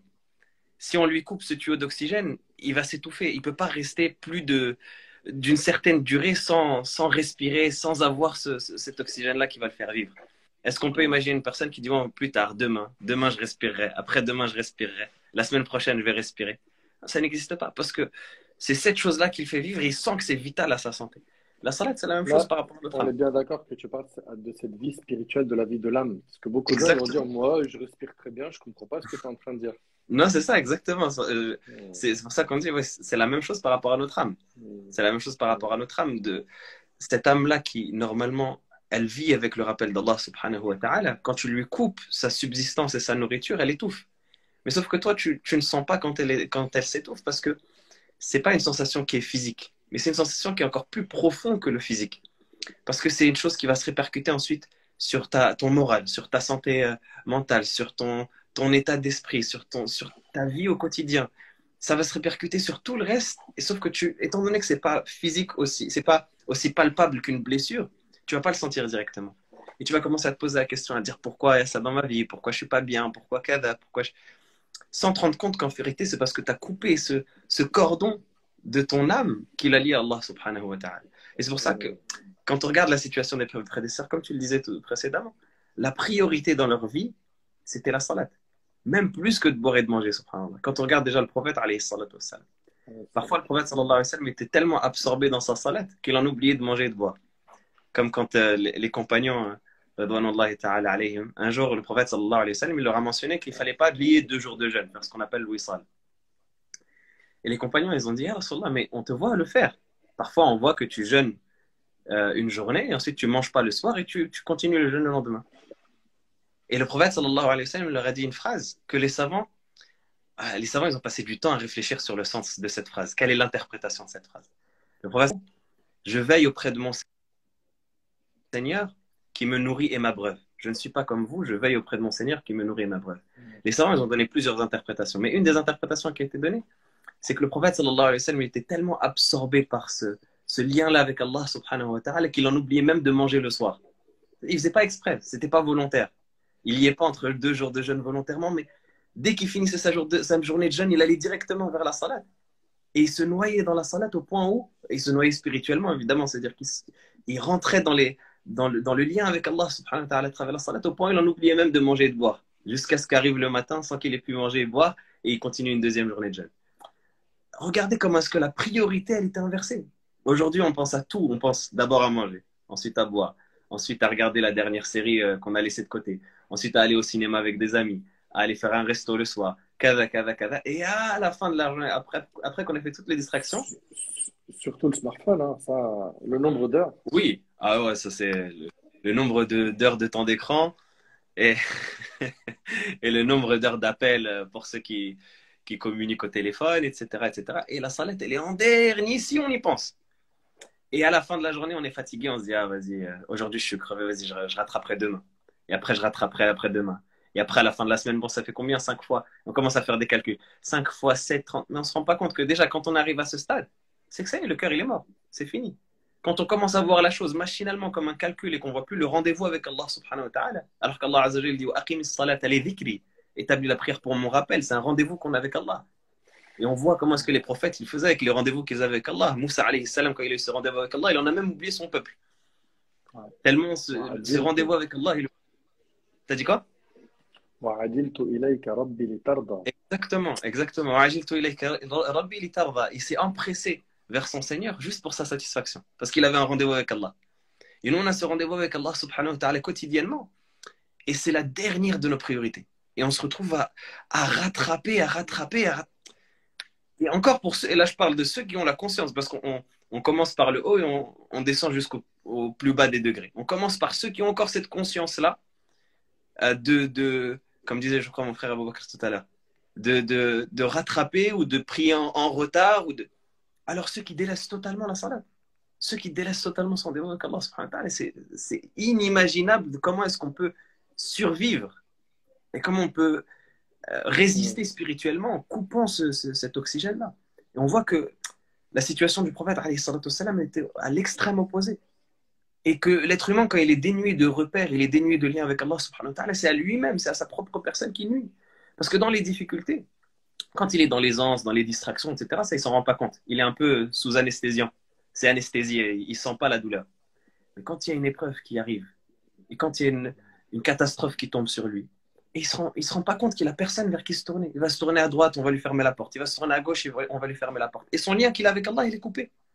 Alors que le prophète sallallahu alayhi wa sallam, quand on voit sa situation, le prophète sallallahu alayhi wa sallam dit, les sahabis disent kana idha hazabahu amrun fazi'a ila as-salat. Lorsqu'une chose le préoccupait, le prophète sallallahu alayhi wa sallam, il allait se précipiter vers la salat. La première des choses qu'il faisait quand il y a une chose qui le préoccupait, alayhi salatu wassalam, c'était de faire la salat. Quand il revenait de bataille, il faisait la salat. À chaque moment où il y avait une difficulté dans sa vie, il allait vers la salat. Parce que la salat, c'était son havre de paix. Et c'est pour cela qu'il disait cette fameuse phrase qu'on connaît, Arihna biha ya Bilal. Apaise-nous avec la salat, ô Bilal. Repose-nous avec la salat. Parce que la salat, c'est un repos du cœur. C'est comme si dans cette vie d'ici-bas, on enchaînait les épreuves, on enchaînait les catastrophes, et on arrive dans ce havre de paix qu'est la salat. Et celui qui est dénué de cela, wallah, il se prive lui-même. Il se prive lui-même de la saveur du lien avec Allah subhanahu wa ta'ala. Parce qu'on parle beaucoup de cet aspect technique de la salat. Les cours sur le fiqh dans la salat, alhamdulillah, il y en a. Après, il y a des discussions sur quel est le jugement de celui qui délaisse la salat, est-ce qu'il est mécréant ou pas. On a beaucoup cet aspect technique. Mais l'aspect spirituel, l'aspect de cette vie avec Allah subhanahu wa ta'ala, on l'aborde peu, alors que la salat, wallahi al-azim, avant de parler de est-ce que celui qui la délaisse, il est encore musulman ou pas, celui qui la délaisse, il se prive d'un des plus grands délices, si ce n'est le plus grand délice auquel on peut goûter ici-bas. La rencontre avec Allah subhanahu wa ta'ala dans la vie d'ici-bas, le rendez-vous avec Allah subhanahu wa ta'ala, ce lien avec Allah où tu peux poser ton front sur le sol et te décharger de toutes les choses qui t'alourdissent, te délester de tout ce poids-là que tu as sur tes épaules vis-à-vis d'Allah subhanahu wa ta'ala et te remettre à Allah azza wa jal dans ton soujoud et dire Ya Allah. Et juste ce Ya Allah, il vaut tout l'or du monde. Mais on ne se rend pas compte parce qu'on est noyé dans la rafle, on est noyé dans l'insouciance. Et cette insouciance-là, elle nous anesthésie. Clairement, on ne sent pas cette douleur-là qu'au moment où la difficulté elle apparaît. Mais en réalité, donc pour terminer avec ça, pour ne pas trop faire long, il faut se dire que la chose, elle est grave. Et que s'il y a un électrochoc qui peut nous sortir de la salat, le but, ce n'est pas d'être dur. On veut motiver nos frères et sœurs. On sait que la paresse, elle prend chacun de nous, moi le premier. Moi le premier, je suis loin d'être exemplaire avec ma salat. Et je pense que très peu de gens peuvent prétendre l'être. Mais ce qu'on veut, ce n'est pas condamner nos frères et sœurs, mais c'est mettre un petit électrochoc.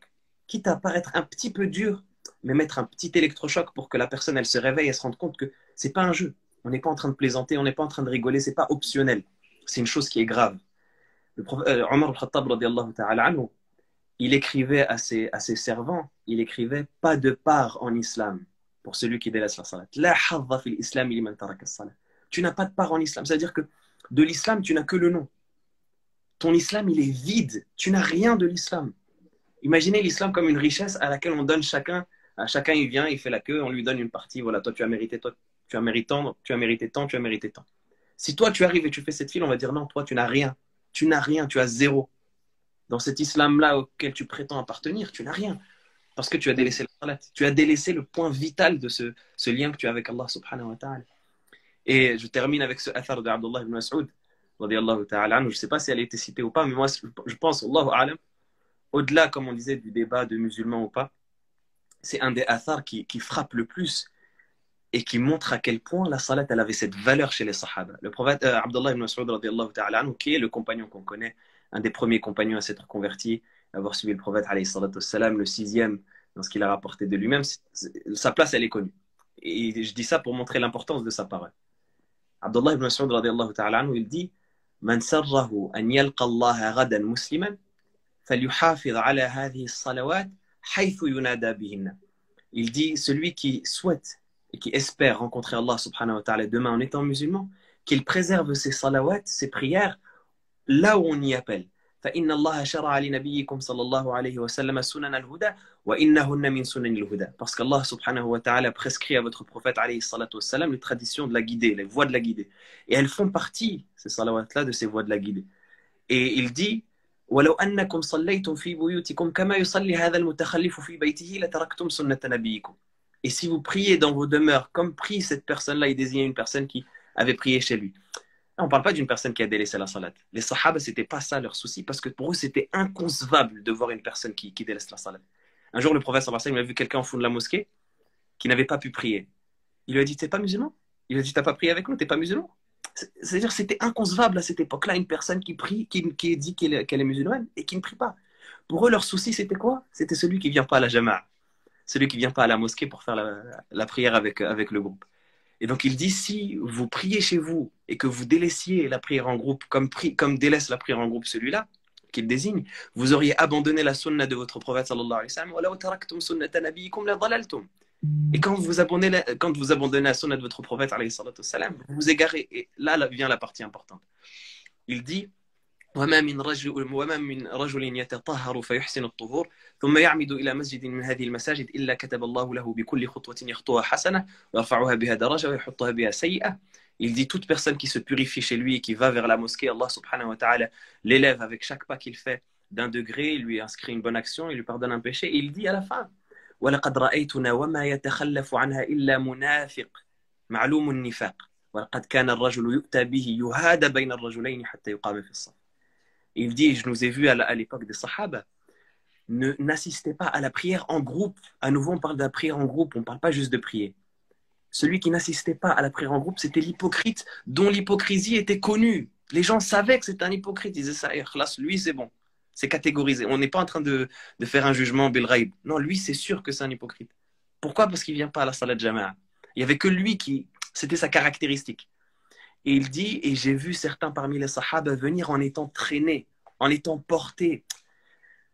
Vous savez, aujourd'hui, comme on disait, toutes les excuses sont bonnes pour délaisser la salat. On voit la personne, il peut se lever de son lit et sortir à n'importe quelle heure pour aller chercher sa commande Uber Eats, pour aller faire un foot quand on l'appelle faire un five, pour aller en voyage. Alors ça, la valise, elle est déjà prête. Par contre, tu lui dis juste, tu vois là, maintenant que tu es assis sur ton canapé, lève-toi, va faire le wudu, et comme tu disais tout à l'heure, comme disait le frère Yassine, tu te purifies et tu fais ta salat, ça va durer 5 minutes, et encore 5 minutes, on est gentil. Wallahi, 5 minutes, c'est la prière des pieds aujourd'hui. Wallahi, si tu chronomètres aujourd'hui la prière de la plupart des gens, c'est 1 à 2 minutes. Et chronométrez-vous quand vous faites la salat habituellement et vous voyez. 1 à 2 minutes, c'est la prière du commun, on va dire. 5 minutes, c'est la prière de quelqu'un qui prend le temps de faire le rukû, machallah, comme à la mosquée. 5 à 10 minutes. Mais allez, on va dire 5 minutes pour la moyenne. 5 minutes de ton temps, 5 minutes top chrono de 16h10 à 16h15. Tu donnes juste ce temps-là. Non, il est trop fatigué. Il ne peut pas parce que je reviens du sport, j'ai mal, j'ai des courbatures partout, je reviens de la salle, kada. Alors que Abdullah ibn Mas'ud, il dit à leur époque, la personne qui était alitée, qui n'avait pas la force de se mettre sur les jambes, on la tirait et on la portait. Yuhada bihi bayna ar-rajulayni hatta yuqama fi as-saf. Ça veut dire quoi? Ça veut dire que c'est une personne qu'on prend, on porte parce qu'il n'a pas la force de se mettre sur les jambes et on le cale entre deux personnes. Je ne sais pas si vous imaginez la scène. On le cale, on lui colle les épaules, un à droite, un à gauche, pour qu'il puisse tenir. Tellement il n'arrive pas à tenir sur les jambes, mais il ne veut pas rater la jama'a. Et à nouveau, on parle de la prière à la mosquée. Alors que dire de la prière tout court?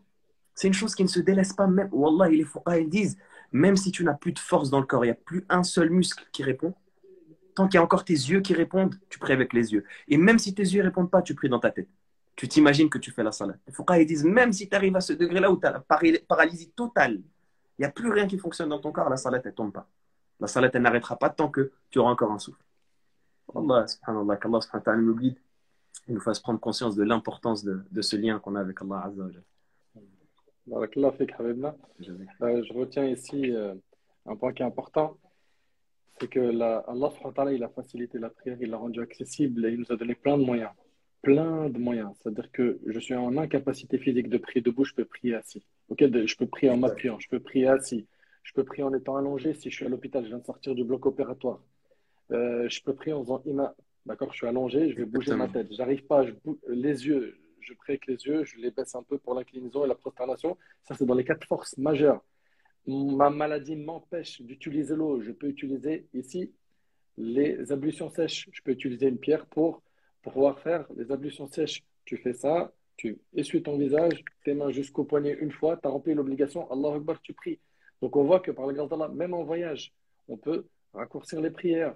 Hein. Il y a des cas de figure où les savants parlent de regrouper les prières, etc., etc., etc. Donc on voit que par la grâce d'Allah, Allah, il nous a donné plein de facilités. Ok, plein de facilités. Comment dirais-je? Un autre point, c'est que la prière, il faut se souvenir aussi que quand on est prosterné, c'est là où on est le plus proche d'Allah subhanahu wa ta'ala. Je ne sais pas si vous arrivez à réaliser. Le prophète ensemble, il dit le moment où le serviteur est le plus proche de son Seigneur, c'est quand il est prosterné. Voilà, ce signe d'humiliation quand tu poses ton front au sol, Allah tabaraka wa ta'ala te gratifie. Il te donne beaucoup et il t'exauce. Donc, il faut impérativement que chaque musulman et chaque musulmane prenne conscience de cela. Subhanallah, Rabi'a ibn Ka'b al-Aslami, le prophète, alayhi salatu wassalam, lui a dit, Sal, ya Rabi'a, demande, au Rabi'a. Et il lui a dit, je te demande ta proximité, ta compagnie au paradis. Déjà, ce qui est fort, en fait, c'est déjà de voir l'état d'esprit des compagnons, radiallahu anhum. C'est qu'il n'a pas dit, je vais aller au paradis. Il a dit, je vais être en ta compagnie. Les compagnons, radiallahu anhum, ils ont compris le message du prophète sallam quand il a dit, quand vous demandez le paradis, demandez le firdaus, demandez le max, le top du paradis. Et lui, il a dit, moi, je ne veux pas simplement être au paradis. Moi, j'aimerais être en compagnie du prophète sallam. Et on voit ici l'ambition, la grande ambition des compagnons. C'est pas comme certains aujourd'hui, c'est pas une attaque. C'est des smicards au niveau des pratiques religieuses. Et ils s'en contentent. Ça veut dire quoi? Ça veut dire qu'il te dit, moi, voilà, des fois, je fais la prière Fajr, j'arrive pas, ok, je fais quelques aumônes, je suis très bien comme ça, ok. Le croyant pieux, et n'oubliez pas que le paradis il est réservé aux pieux, il est pour ceux qui retroussent leurs manches, il est pour ceux qui font des efforts, il est pour ceux qui vont faire le nécessaire pour sacrifier de leur temps, de leur énergie pour se rapprocher d'Allah subhanahu wa ta'ala. Ce compagnon, et c'était l'état d'esprit des compagnons, il ne voulait pas simplement le paradis, il voulait être dans les plus hauts degrés du paradis. Il a dit, j'aimerais être en ta compagnie au paradis. Qu'est-ce qu'il a dit? Il a dit, pour cela, tu multiplies les prosternations. Tu imagines le jour du jugement quand Allah subhanahu wa ta'ala va distribuer les livres à ses serviteurs? Premièrement, toi, tu seras dans quel camp? Parce qu'Allah subhanahu wa ta'ala, il a dit, fariqun fil jannah wa fariqun fis sa'ir. Il y aura un groupe qui sera au paradis, un groupe qui sera en enfer. Ça, c'est la première des choses. Toi, tu seras où? On parle d'équipe avec la Coupe du Monde, etc. Toi, tu feras partie de quelle équipe? Ok? Deuxièmement, ton livre. Quand déjà, toi, ton nom, il va être lancé le jour du jugement et que tu vas comparaître devant le Seigneur des mondes. Et certains parmi nous, ils sont déjà rentrés dans des tribunaux dans la dunya, dans ce bas monde. Wallah, ça fait froid dans le dos. Tu ne sais pas ce qu'il va prononcer le juge. Tu ne sais pas ce que toi, tu vas manger ou ton ami, ce qu'il va prendre comme peine. Et tu es envahi d'angoisse. Tu ne sais pas. Et là, on ne parle pas d'un tribunal dans cette dunya. On parle du jugement d'Allah subhanahu wa ta'ala où un atome de bien il est visible. Tout ce que tu as fait là en cachette, tout ce que tu as fait en secret, tout ce que tu as fait en pensant que personne t'a vu, tous les coups que tu as réussi à faire sans que tes parents le sachent, etc. Là, Allah ta'ala il va te rétribuer, il va te donner un livre qui détaille tout. Soit tu l'as de la main droite, tu es dans le paradis, soit tu l'as de la main gauche et tu seras voué à la perte, à l'échec. Ok? Et l'enfer qui est devant les gens le jour du jugement. Certains, ils vont parcourir le pont du Sirat à la vitesse du vent. Chacun parcourra ce pont qui est au-dessus de l'enfer hein, comment dirais-je, à la vitesse par laquelle il exécutait les ordres d'Allah sur terre. Tu étais rapide dans l'exécution d'Allah. Moi, ça me fait vibrer d'entendre que Moussa alayhi salam, il a dit وَعَجِلْتُ إِلَيْكَ رَبِّي لِتَرْضَى. Je me suis hâté de venir vers toi, ya Allah, pour que tu sois satisfait. Il est où ce slogan dans notre vie? Pourquoi on est toujours, malheureusement, feignant quand il s'agit d'adoration? Combien d'entre nous, on a du temps libre et on lit pas le Coran, on fait pas de dhikr, on fait pas de dua, on fait pas des prières surgatoires. Je parle même pas d'obligatoire, parce que normalement, l'obligatoire, il est classé à l'âge de 10 ans. Le prophète sallallahu nous a dit qu'à 7 ans, on enseigne aux enfants la prière. À 10 ans, on les sanctionne s'ils ne prient pas. C'est-à-dire que normalement, à l'âge de 10 ans, l'affaire, elle est déjà classée. Et toi, jusque-là, tu es en train de trouver 1000 prétextes pour te priver, comme il a très bien dit tout à l'heure mon frère Abou Bakr, d'un bien qui est immense. Et tu t'exposes à une menace qui est aussi immense. C'est-à-dire, dans les gains, tu perds beaucoup, et dans la perte, tu t'exposes à une perte qui est terrible. Le jour du jugement, tu seras dans quel camp? Tu n'y penses pas? Quand tu seras devant Allah, le Seigneur des mondes, il te rétribuera. Tu seras comment après avoir récupéré ton livre? En train de dire, tenez, lisez mon livre, tu seras heureux? Ou bien, si seulement je n'avais pas connu mon compte, et que ma première mort soit la définitive, comme c'est dans Surat Al-Haqqa, tu vas dire quoi exactement? Donc là, par la grâce d'Allah, tu es jeune. Tu n'as aucune excuse. Aucune. Pour la plupart d'entre vous, vous avez un smartphone. Dans le smartphone, vous avez une application, en principe, hein, dans votre smartphone, je l'espère, hein, qui vous permet d'avoir la qibla, la direction de la Mecque. Ok? Cette même application te montre les horaires de prière. Tu peux activer une notification, tu peux activer des options pour recevoir une notif au moment de chaque prière. Ok, c'est des cas concrets, ça, c'est des cas pratiques. C'est-à-dire que te rappeler des prières, les 5 par jour, avec ton smartphone, c'est faisable. Ok? Et la direction de la Qibla, tu l'as. C'est quoi ton problème? Ouais, mais je suis dehors, je ne sais pas comment faire.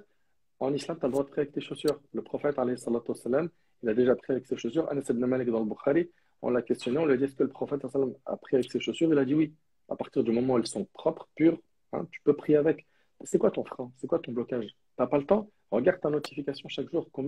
Regarde juste le rapport hebdomadaire du temps d'écran. Et tu verras que tu as du temps. Tu as du temps pour les stories, tu as du temps pour les commentaires des gens, tu as du temps pour regarder des clips, pour regarder des futilités, pour regarder des blagues, des trucs qui servent à rien. Et tes 25 minutes par jour là, de salat qui sont pour Allah, toi qui es musulman, c'est-à-dire souviens Allah, tu les trouves lourds. En réalité, la prière, elle est lourde. Ça, c'est Allah qui le dit, que pour les hypocrites. Et nous, on ne veut pas en faire partie. Et wallahi, si on a mobilisé autant d'imams et qu'aujourd'hui, on en parle depuis plus d'une heure, c'est parce qu'on ne veut pas que vous soyez des hypocrites dans la religion. On ne veut pas que vous soyez châtiés le jour du jugement. Ça serait notre plus grande tristesse. Pensez-vous que tous ces frères-là, là, à cette heure-ci, ils n'aimeraient pas être en famille ou se reposer? Vous ne pensez pas qu'eux, ils ont plein d'occupations, mais ce temps qui a été bloqué, il a été bloqué. Lillah Azzawajal, pourquoi? Parce qu'on vous aime pour Allah. On vous veut du bien. On veut que chacun d'entre nous, après ce live, il se dit, moi, jusqu'à maintenant, j'étais bancal dans la salat. Je faisais une fois, j'arrêtais. Voilà, je te dis la vérité, la fréquentation, la motivation.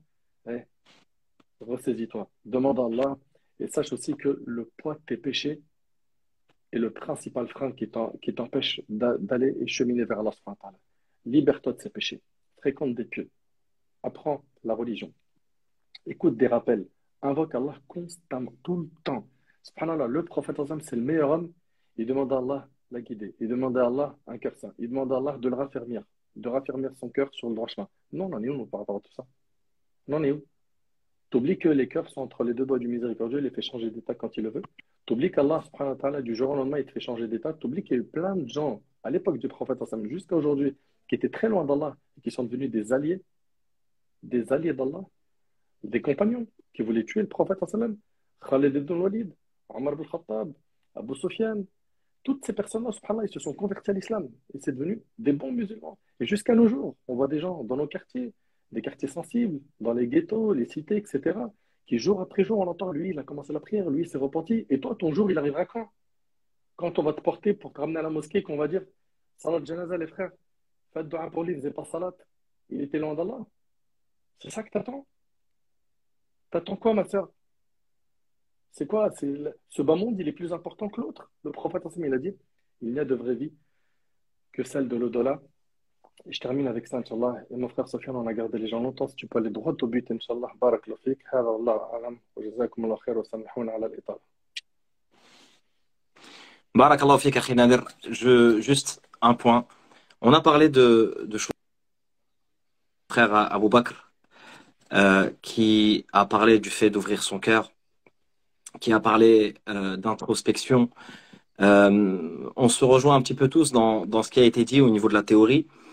Mais maintenant, faut pas rester dans la théorie. Faut pas que les gens restent dans la théorie et se restent bloqués à réfléchir à comment je vais faire pour que mon cœur s'ouvre et mon cœur s'apaise et que je puisse enfin commencer la prière. Non.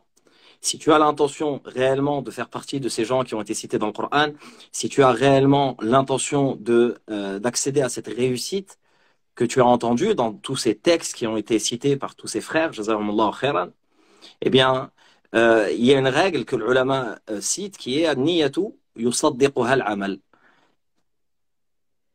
L'intention n'est pas suffisante, il faut que ton intention soit accompagnée d'actions, d'actes. C'est-à-dire qu'il faut s'organiser tout simplement. Et c'est ce que tu es en train de c'est ce que tu étais en train de citer Nader concernant le fait d'avoir une application, ça c'est une étape. Avoir une application dans son téléphone, ça veut dire que déjà je veux savoir et connaître les horaires des prières. Je veux savoir quand est-ce que ça commence. Il faut saisir toutes les opportunités qu'on a, tous les moyens qu'on a. Alhamdoulilah, on a des moyens aujourd'hui. On a la capacité de savoir les heures de prière quand ton téléphone sonne, même si c'est pas l'adhan, ben ça peut être un bip qui te permet de te faire rappeler le moment de la salat. Il y a tout un tas de voilà de choses qui vont te permettre de t'organiser pour que tu puisses faire cette salat. Donc il faut que tu avances dans ce sens-là. Allah subhanahu wa ta'ala nous donne des occasions d'œuvrer. Allah subhanahu wa ta'ala nous donne des occasions d'œuvrer à travers l'année. Souvent on entend que telle période de l'année permet d'avoir énormément de récompenses, telle période de l'année, si on fait telle action, il y a telle chose. Allah ta'ala nous a comme ça mis tout au long de l'année des moments qui sont des occasions pour se racheter, qui sont des occasions pour revenir vers lui, qui sont des occasions pour tourner la page des péchés et de ceux dans quoi on était. Et il y a un grand marché, entre guillemets, qui arrive, qui est celui de Ramadan. Le moment de Ramadan, cette occasion, c'est un moment où on voit les gens revenir vers Allah subhanahu wa ta'ala, les mosquées se remplir, on voit les gens être plus sensibles au rappel, etc. Et il y a aussi une partie des musulmans qui le disent clairement et qui disent qu'ils souffrent du fait que de voir tout cet engouement et de se sentir eux en dehors de tout ça. Ils sentent qu'ils n'ont pas la même envie que tout le monde, ils n'ont pas la force de faire telle et telle chose, etc., etc. Et il faut profiter de ces moments-là et eux n'y arrivent pas. C'est pour ça que il nous reste là 100 jours avant Ramadan. Il nous reste 100 jours avant Ramadan. Toujours dans cet esprit-là, dans cet esprit qui est de s'organiser et de s'entraider dans le bien. On n'est plus dans seulement de la théorie, mais on va joindre la pratique à la théorie, Inch'Allah ta'ala. L'objectif, qu'est-ce que c'est? C'est que dans ces 100 jours-là, on s'améliore. Tous, tout un chacun. Tous les participants, tous ceux qui viennent de prendre la parole, mais aussi tous ceux qui nous écoutent. Qu'on essaie, bi'idhnillahi ta'ala, de faire que ces 100 jours-là soient 100 jours pour prier.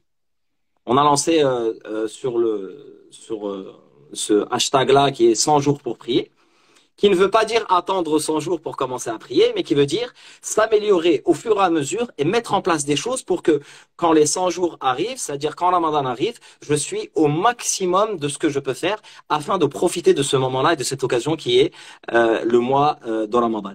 Donc vraiment, essayer de faire en sorte non seulement de s'améliorer soi-même, mais d'aider les autres. Et vous savez que Allah subhanahu wa ta'ala a fait que on vit ensemble, on vit dans une communauté et qu'on fait les choses ensemble. On fait salat ensemble, il y a des tas d'adorations que l'on fait ensemble, le hajj, etc. Il y a des adorations qui créent du lien, comme la zakat. Donc on est ensemble. Et lorsque une partie de la communauté avance, eh bien tu avances avec eux. Il faut donc essayer, bi'idhnillahi ta'ala, d'être un moteur dans la communauté et d'essayer d'aider les autres afin qu'on soit aidé soi-même. On a des moments de force, alhamdoulilah, des moments où on a envie de faire des choses, où on a de l'énergie, et il y a des moments de faiblesse. Eh bien, de profiter de ces moments de force, mais aussi de savoir que quand je vais avoir des moments de faiblesse, il va y avoir des gens autour de moi qui vont être là pour m'aider. Juste quelques petites anecdotes rapides. Nader, t'inquiète pas, je vais pas... il faut que tu termines. Là, il faut que je termine, là, ça y est, Ouais. Non, une anecdote à la rigueur rapide, mais on a gardé les gens assez longtemps. Alors, je vais citer juste une anecdote. Une anecdote d'encouragement et d'entraide. Ce sont des frères d'une ville, que je ne vais pas citer, qui se sont mis d'accord, ce sont des amis, qui prient ensemble, mais c'est des amis, ils jouent au foot ensemble, etc. Et ils se sont mis d'accord sur une chose qui est quoi? Ils ont dit, on vient le matin pour Salat al-Fajr à la mosquée. Celui qui n'est pas là pour la prière de Fajr, on va prendre le petit déjeuner chez lui. Celui qui n'est pas là pour Salat al-Fajr, on va prendre le petit déjeuner chez lui. C'est aussi simple que ça. Donc là, on est dans une espèce de... C'est amical, c'est ludique, etc. C'est un jeu, sauf pour celui qui entend la sonnerie chez lui, parce que comme il n'est pas venu au Fajr, c'est ses amis qui le réveillent et ses petits déjeuners complets. Mais en fait, c'est... Dans cette idée, cette mentalité, c'est qu'on s'entraide. on fait les choses ensemble et t'es pas venu à la prière, c'est toi qui va payer à manger aujourd'hui, c'est toi qui va offrir le petit déjeuner, etc. Wahakada, les gens, ils trouvent des solutions pour, dans une bonne humeur, s'aider, à aider à avancer. Nader, on s'est connus, on a grandi ensemble dans le même quartier, on a vu que des fois, on était jeunes, des fois il y en a un qui allait à la mosquée et qui tirait l'autre, des fois c'est l'autre qui tirait l'autre, etc. C'est important parce que des fois, quand quelqu'un est faible, il a besoin de quelqu'un qui lui tienne la main et qui l'aide à avancer. Le son, Tu m'entends plus? il a faibli d'un coup. Très bien. Là, Haraj, de toute manière, c'est un signe pour me dire d'arrêter. À la 100 jours, bi'idhnillahi ta'ala, on va se motiver. Tous, on s'approprie ce projet qui est que, bi'idhnillahi ta'ala, les gens qui sont autour de nous, on essaie, bi'idhnillah, de les attirer vers la prière. Nous, on essaie de s'améliorer vers la prière. On essaie de partager des rappels sur la prière. Le Internet, alhamdoulilah, est rempli de rappels et de bonnes choses à ce sujet-là. Sur la salat, c'est quelque chose qui nous lie tous. Il n'y a pas de polémique par rapport à la salat. Il n'y a pas de divergence sur l'obligation de la salat. Ça fait partie des piliers de l'islam. C'est le pilier central de la religion. Et si une grande partie des gens que tu connais entendent au moins ce rappel, deviennent sensibles, voire même se mettent à prier, tu as gagné quelque chose d'une valeur inestimable. Donc il faut essayer, Inch'Allah, d'aller dans ce sens-là et que ces 100 jours-là qui arrivent soient des jours où on se mobilise, où tout seul de son côté, eh bien, on envoie des rappels aux gens qui nous entourent, on accepte le rappel des gens qui, eux aussi, nous rappellent des choses. Et autre chose, on parle de prier. Mais l'objectif, c'est pas 5 prières. Prier 5 prières par jour n'est pas l'objectif. Notre objectif, c'est le prophète sallallahu alayhi wa sallam. C'est lui notre modèle. Et lui, il ne se satisfaisait pas, il ne s'arrêtait pas aux 5 prières. Les 5 prières, c'est le début. Quand tu es musulman, le début, l'étage, le rez-de-chaussée, c'est les 5 prières. Donc, l'objectif que tu dois te fixer, c'est pas les 5 prières. L'objectif que tu dois te fixer, c'est les 5 prières, plus les prières surrogatoires. Est-ce que tu peux faire au maximum, petit à petit, bien sûr. On peut pas tout faire d'un coup. Mais d'arriver à ce niveau-là. Lorsqu'on entend que telle personne pieuse priait toute la nuit ou une grande partie de la nuit, il n'est pas passé à cette étape directement. Il a commencé pas à avancer. Donc toi qui fais les 5 prières, commence dans ces 100 jours-là, commence à prier juste 2 rak'at avant le fajr. Comme ça, ça sera comptabilisé comme qiyam al-layl. Voilà, tu fais partie des gens qui font qiyam al-layl wa hakada. Et on s'entraide, mais notre objectif n'est pas d'arriver à faire 5 prières par jour. Ça, c'est le minimum qu'on doit atteindre avant les 100 jours. Il faut qu'on essaie d'atteindre le maximum possible et que Ramadan n'arrive pas sans que la prière fasse partie de nos vies. Barakallahu fikum. Jazakallah khair, akhi Sofiane. Le message, il a été clair. Donc, on a un big challenge, c'est d'ici Ramadan, pas commencer la prière, mais réussir à donner le meilleur de nous-mêmes dans cette prière. Donc, si elle était bancale, elle devient bien qualitative. Si elle n'était pas faite, elle est faite et avec des progressions. Ok, donc c'est un big challenge. Vous savez très bien que nos mosquées sont remplies pendant Ramadan. Et pour pas justement être un saisonnier, quelqu'un qui apparaît pendant Ramadan et qui disparaît après, il faut que cette prière-là, elle ait une vraie prime, une vraie valeur dans notre vie. Et pour cela, dès maintenant, on se prend en main.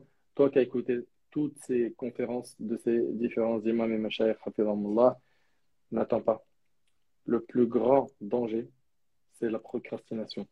C'est le fait de remettre la bonne action à demain. Et ils ont été nombreux à faire ça et se sont retrouvés sous terre sans avoir eu l'occasion de se repentir. Et si aujourd'hui on pouvait parler à ceux qui sont sous terre dans leur tombe, quel est votre souhait? Je ne pense pas que c'est d'aller à Dubaï, aux Maldives, en Thaïlande, faire des bonnes vacances, siroter des beaux cocktails avec les pieds dans une eau bien fraîche, etc. Non, non, non. Leur souhait aux morts, si on pouvait leur parler, c'est de revenir sur terre pour faire des bonnes actions. Alhamdulillah, on est encore en vie. Il n'y a rien qui t'empêche de prier. Les facilités, il y en a à l'appel. Motive-toi, une volonté sincère, et qu'Allah subhanahu wa ta'ala fasse que toutes ces interventions trouvent une place dans vos cœurs. On implore Allah tabaraka wa ta'ala d'accepter notre contribution. On implore Allah azawajal de faire que cela soit profitable et bénéfique pour ceux et celles qui ne font pas encore salat. Et je vous demande, Inch'Allah, d'être acteurs. Vous qui n'arrivez pas à parler, à trouver les bons mots pour parler à vos amis, au moins diffusez cette vidéo. Diffusez-la, faites en sorte qu'elle fasse le tour de la France et qu'elle traverse des frontières. Faites en sorte que tous ceux que vous aimez, qui font toujours pas salat, qu'ils écoutent cette vidéo, au moins vous avez fait ce que vous pouvez.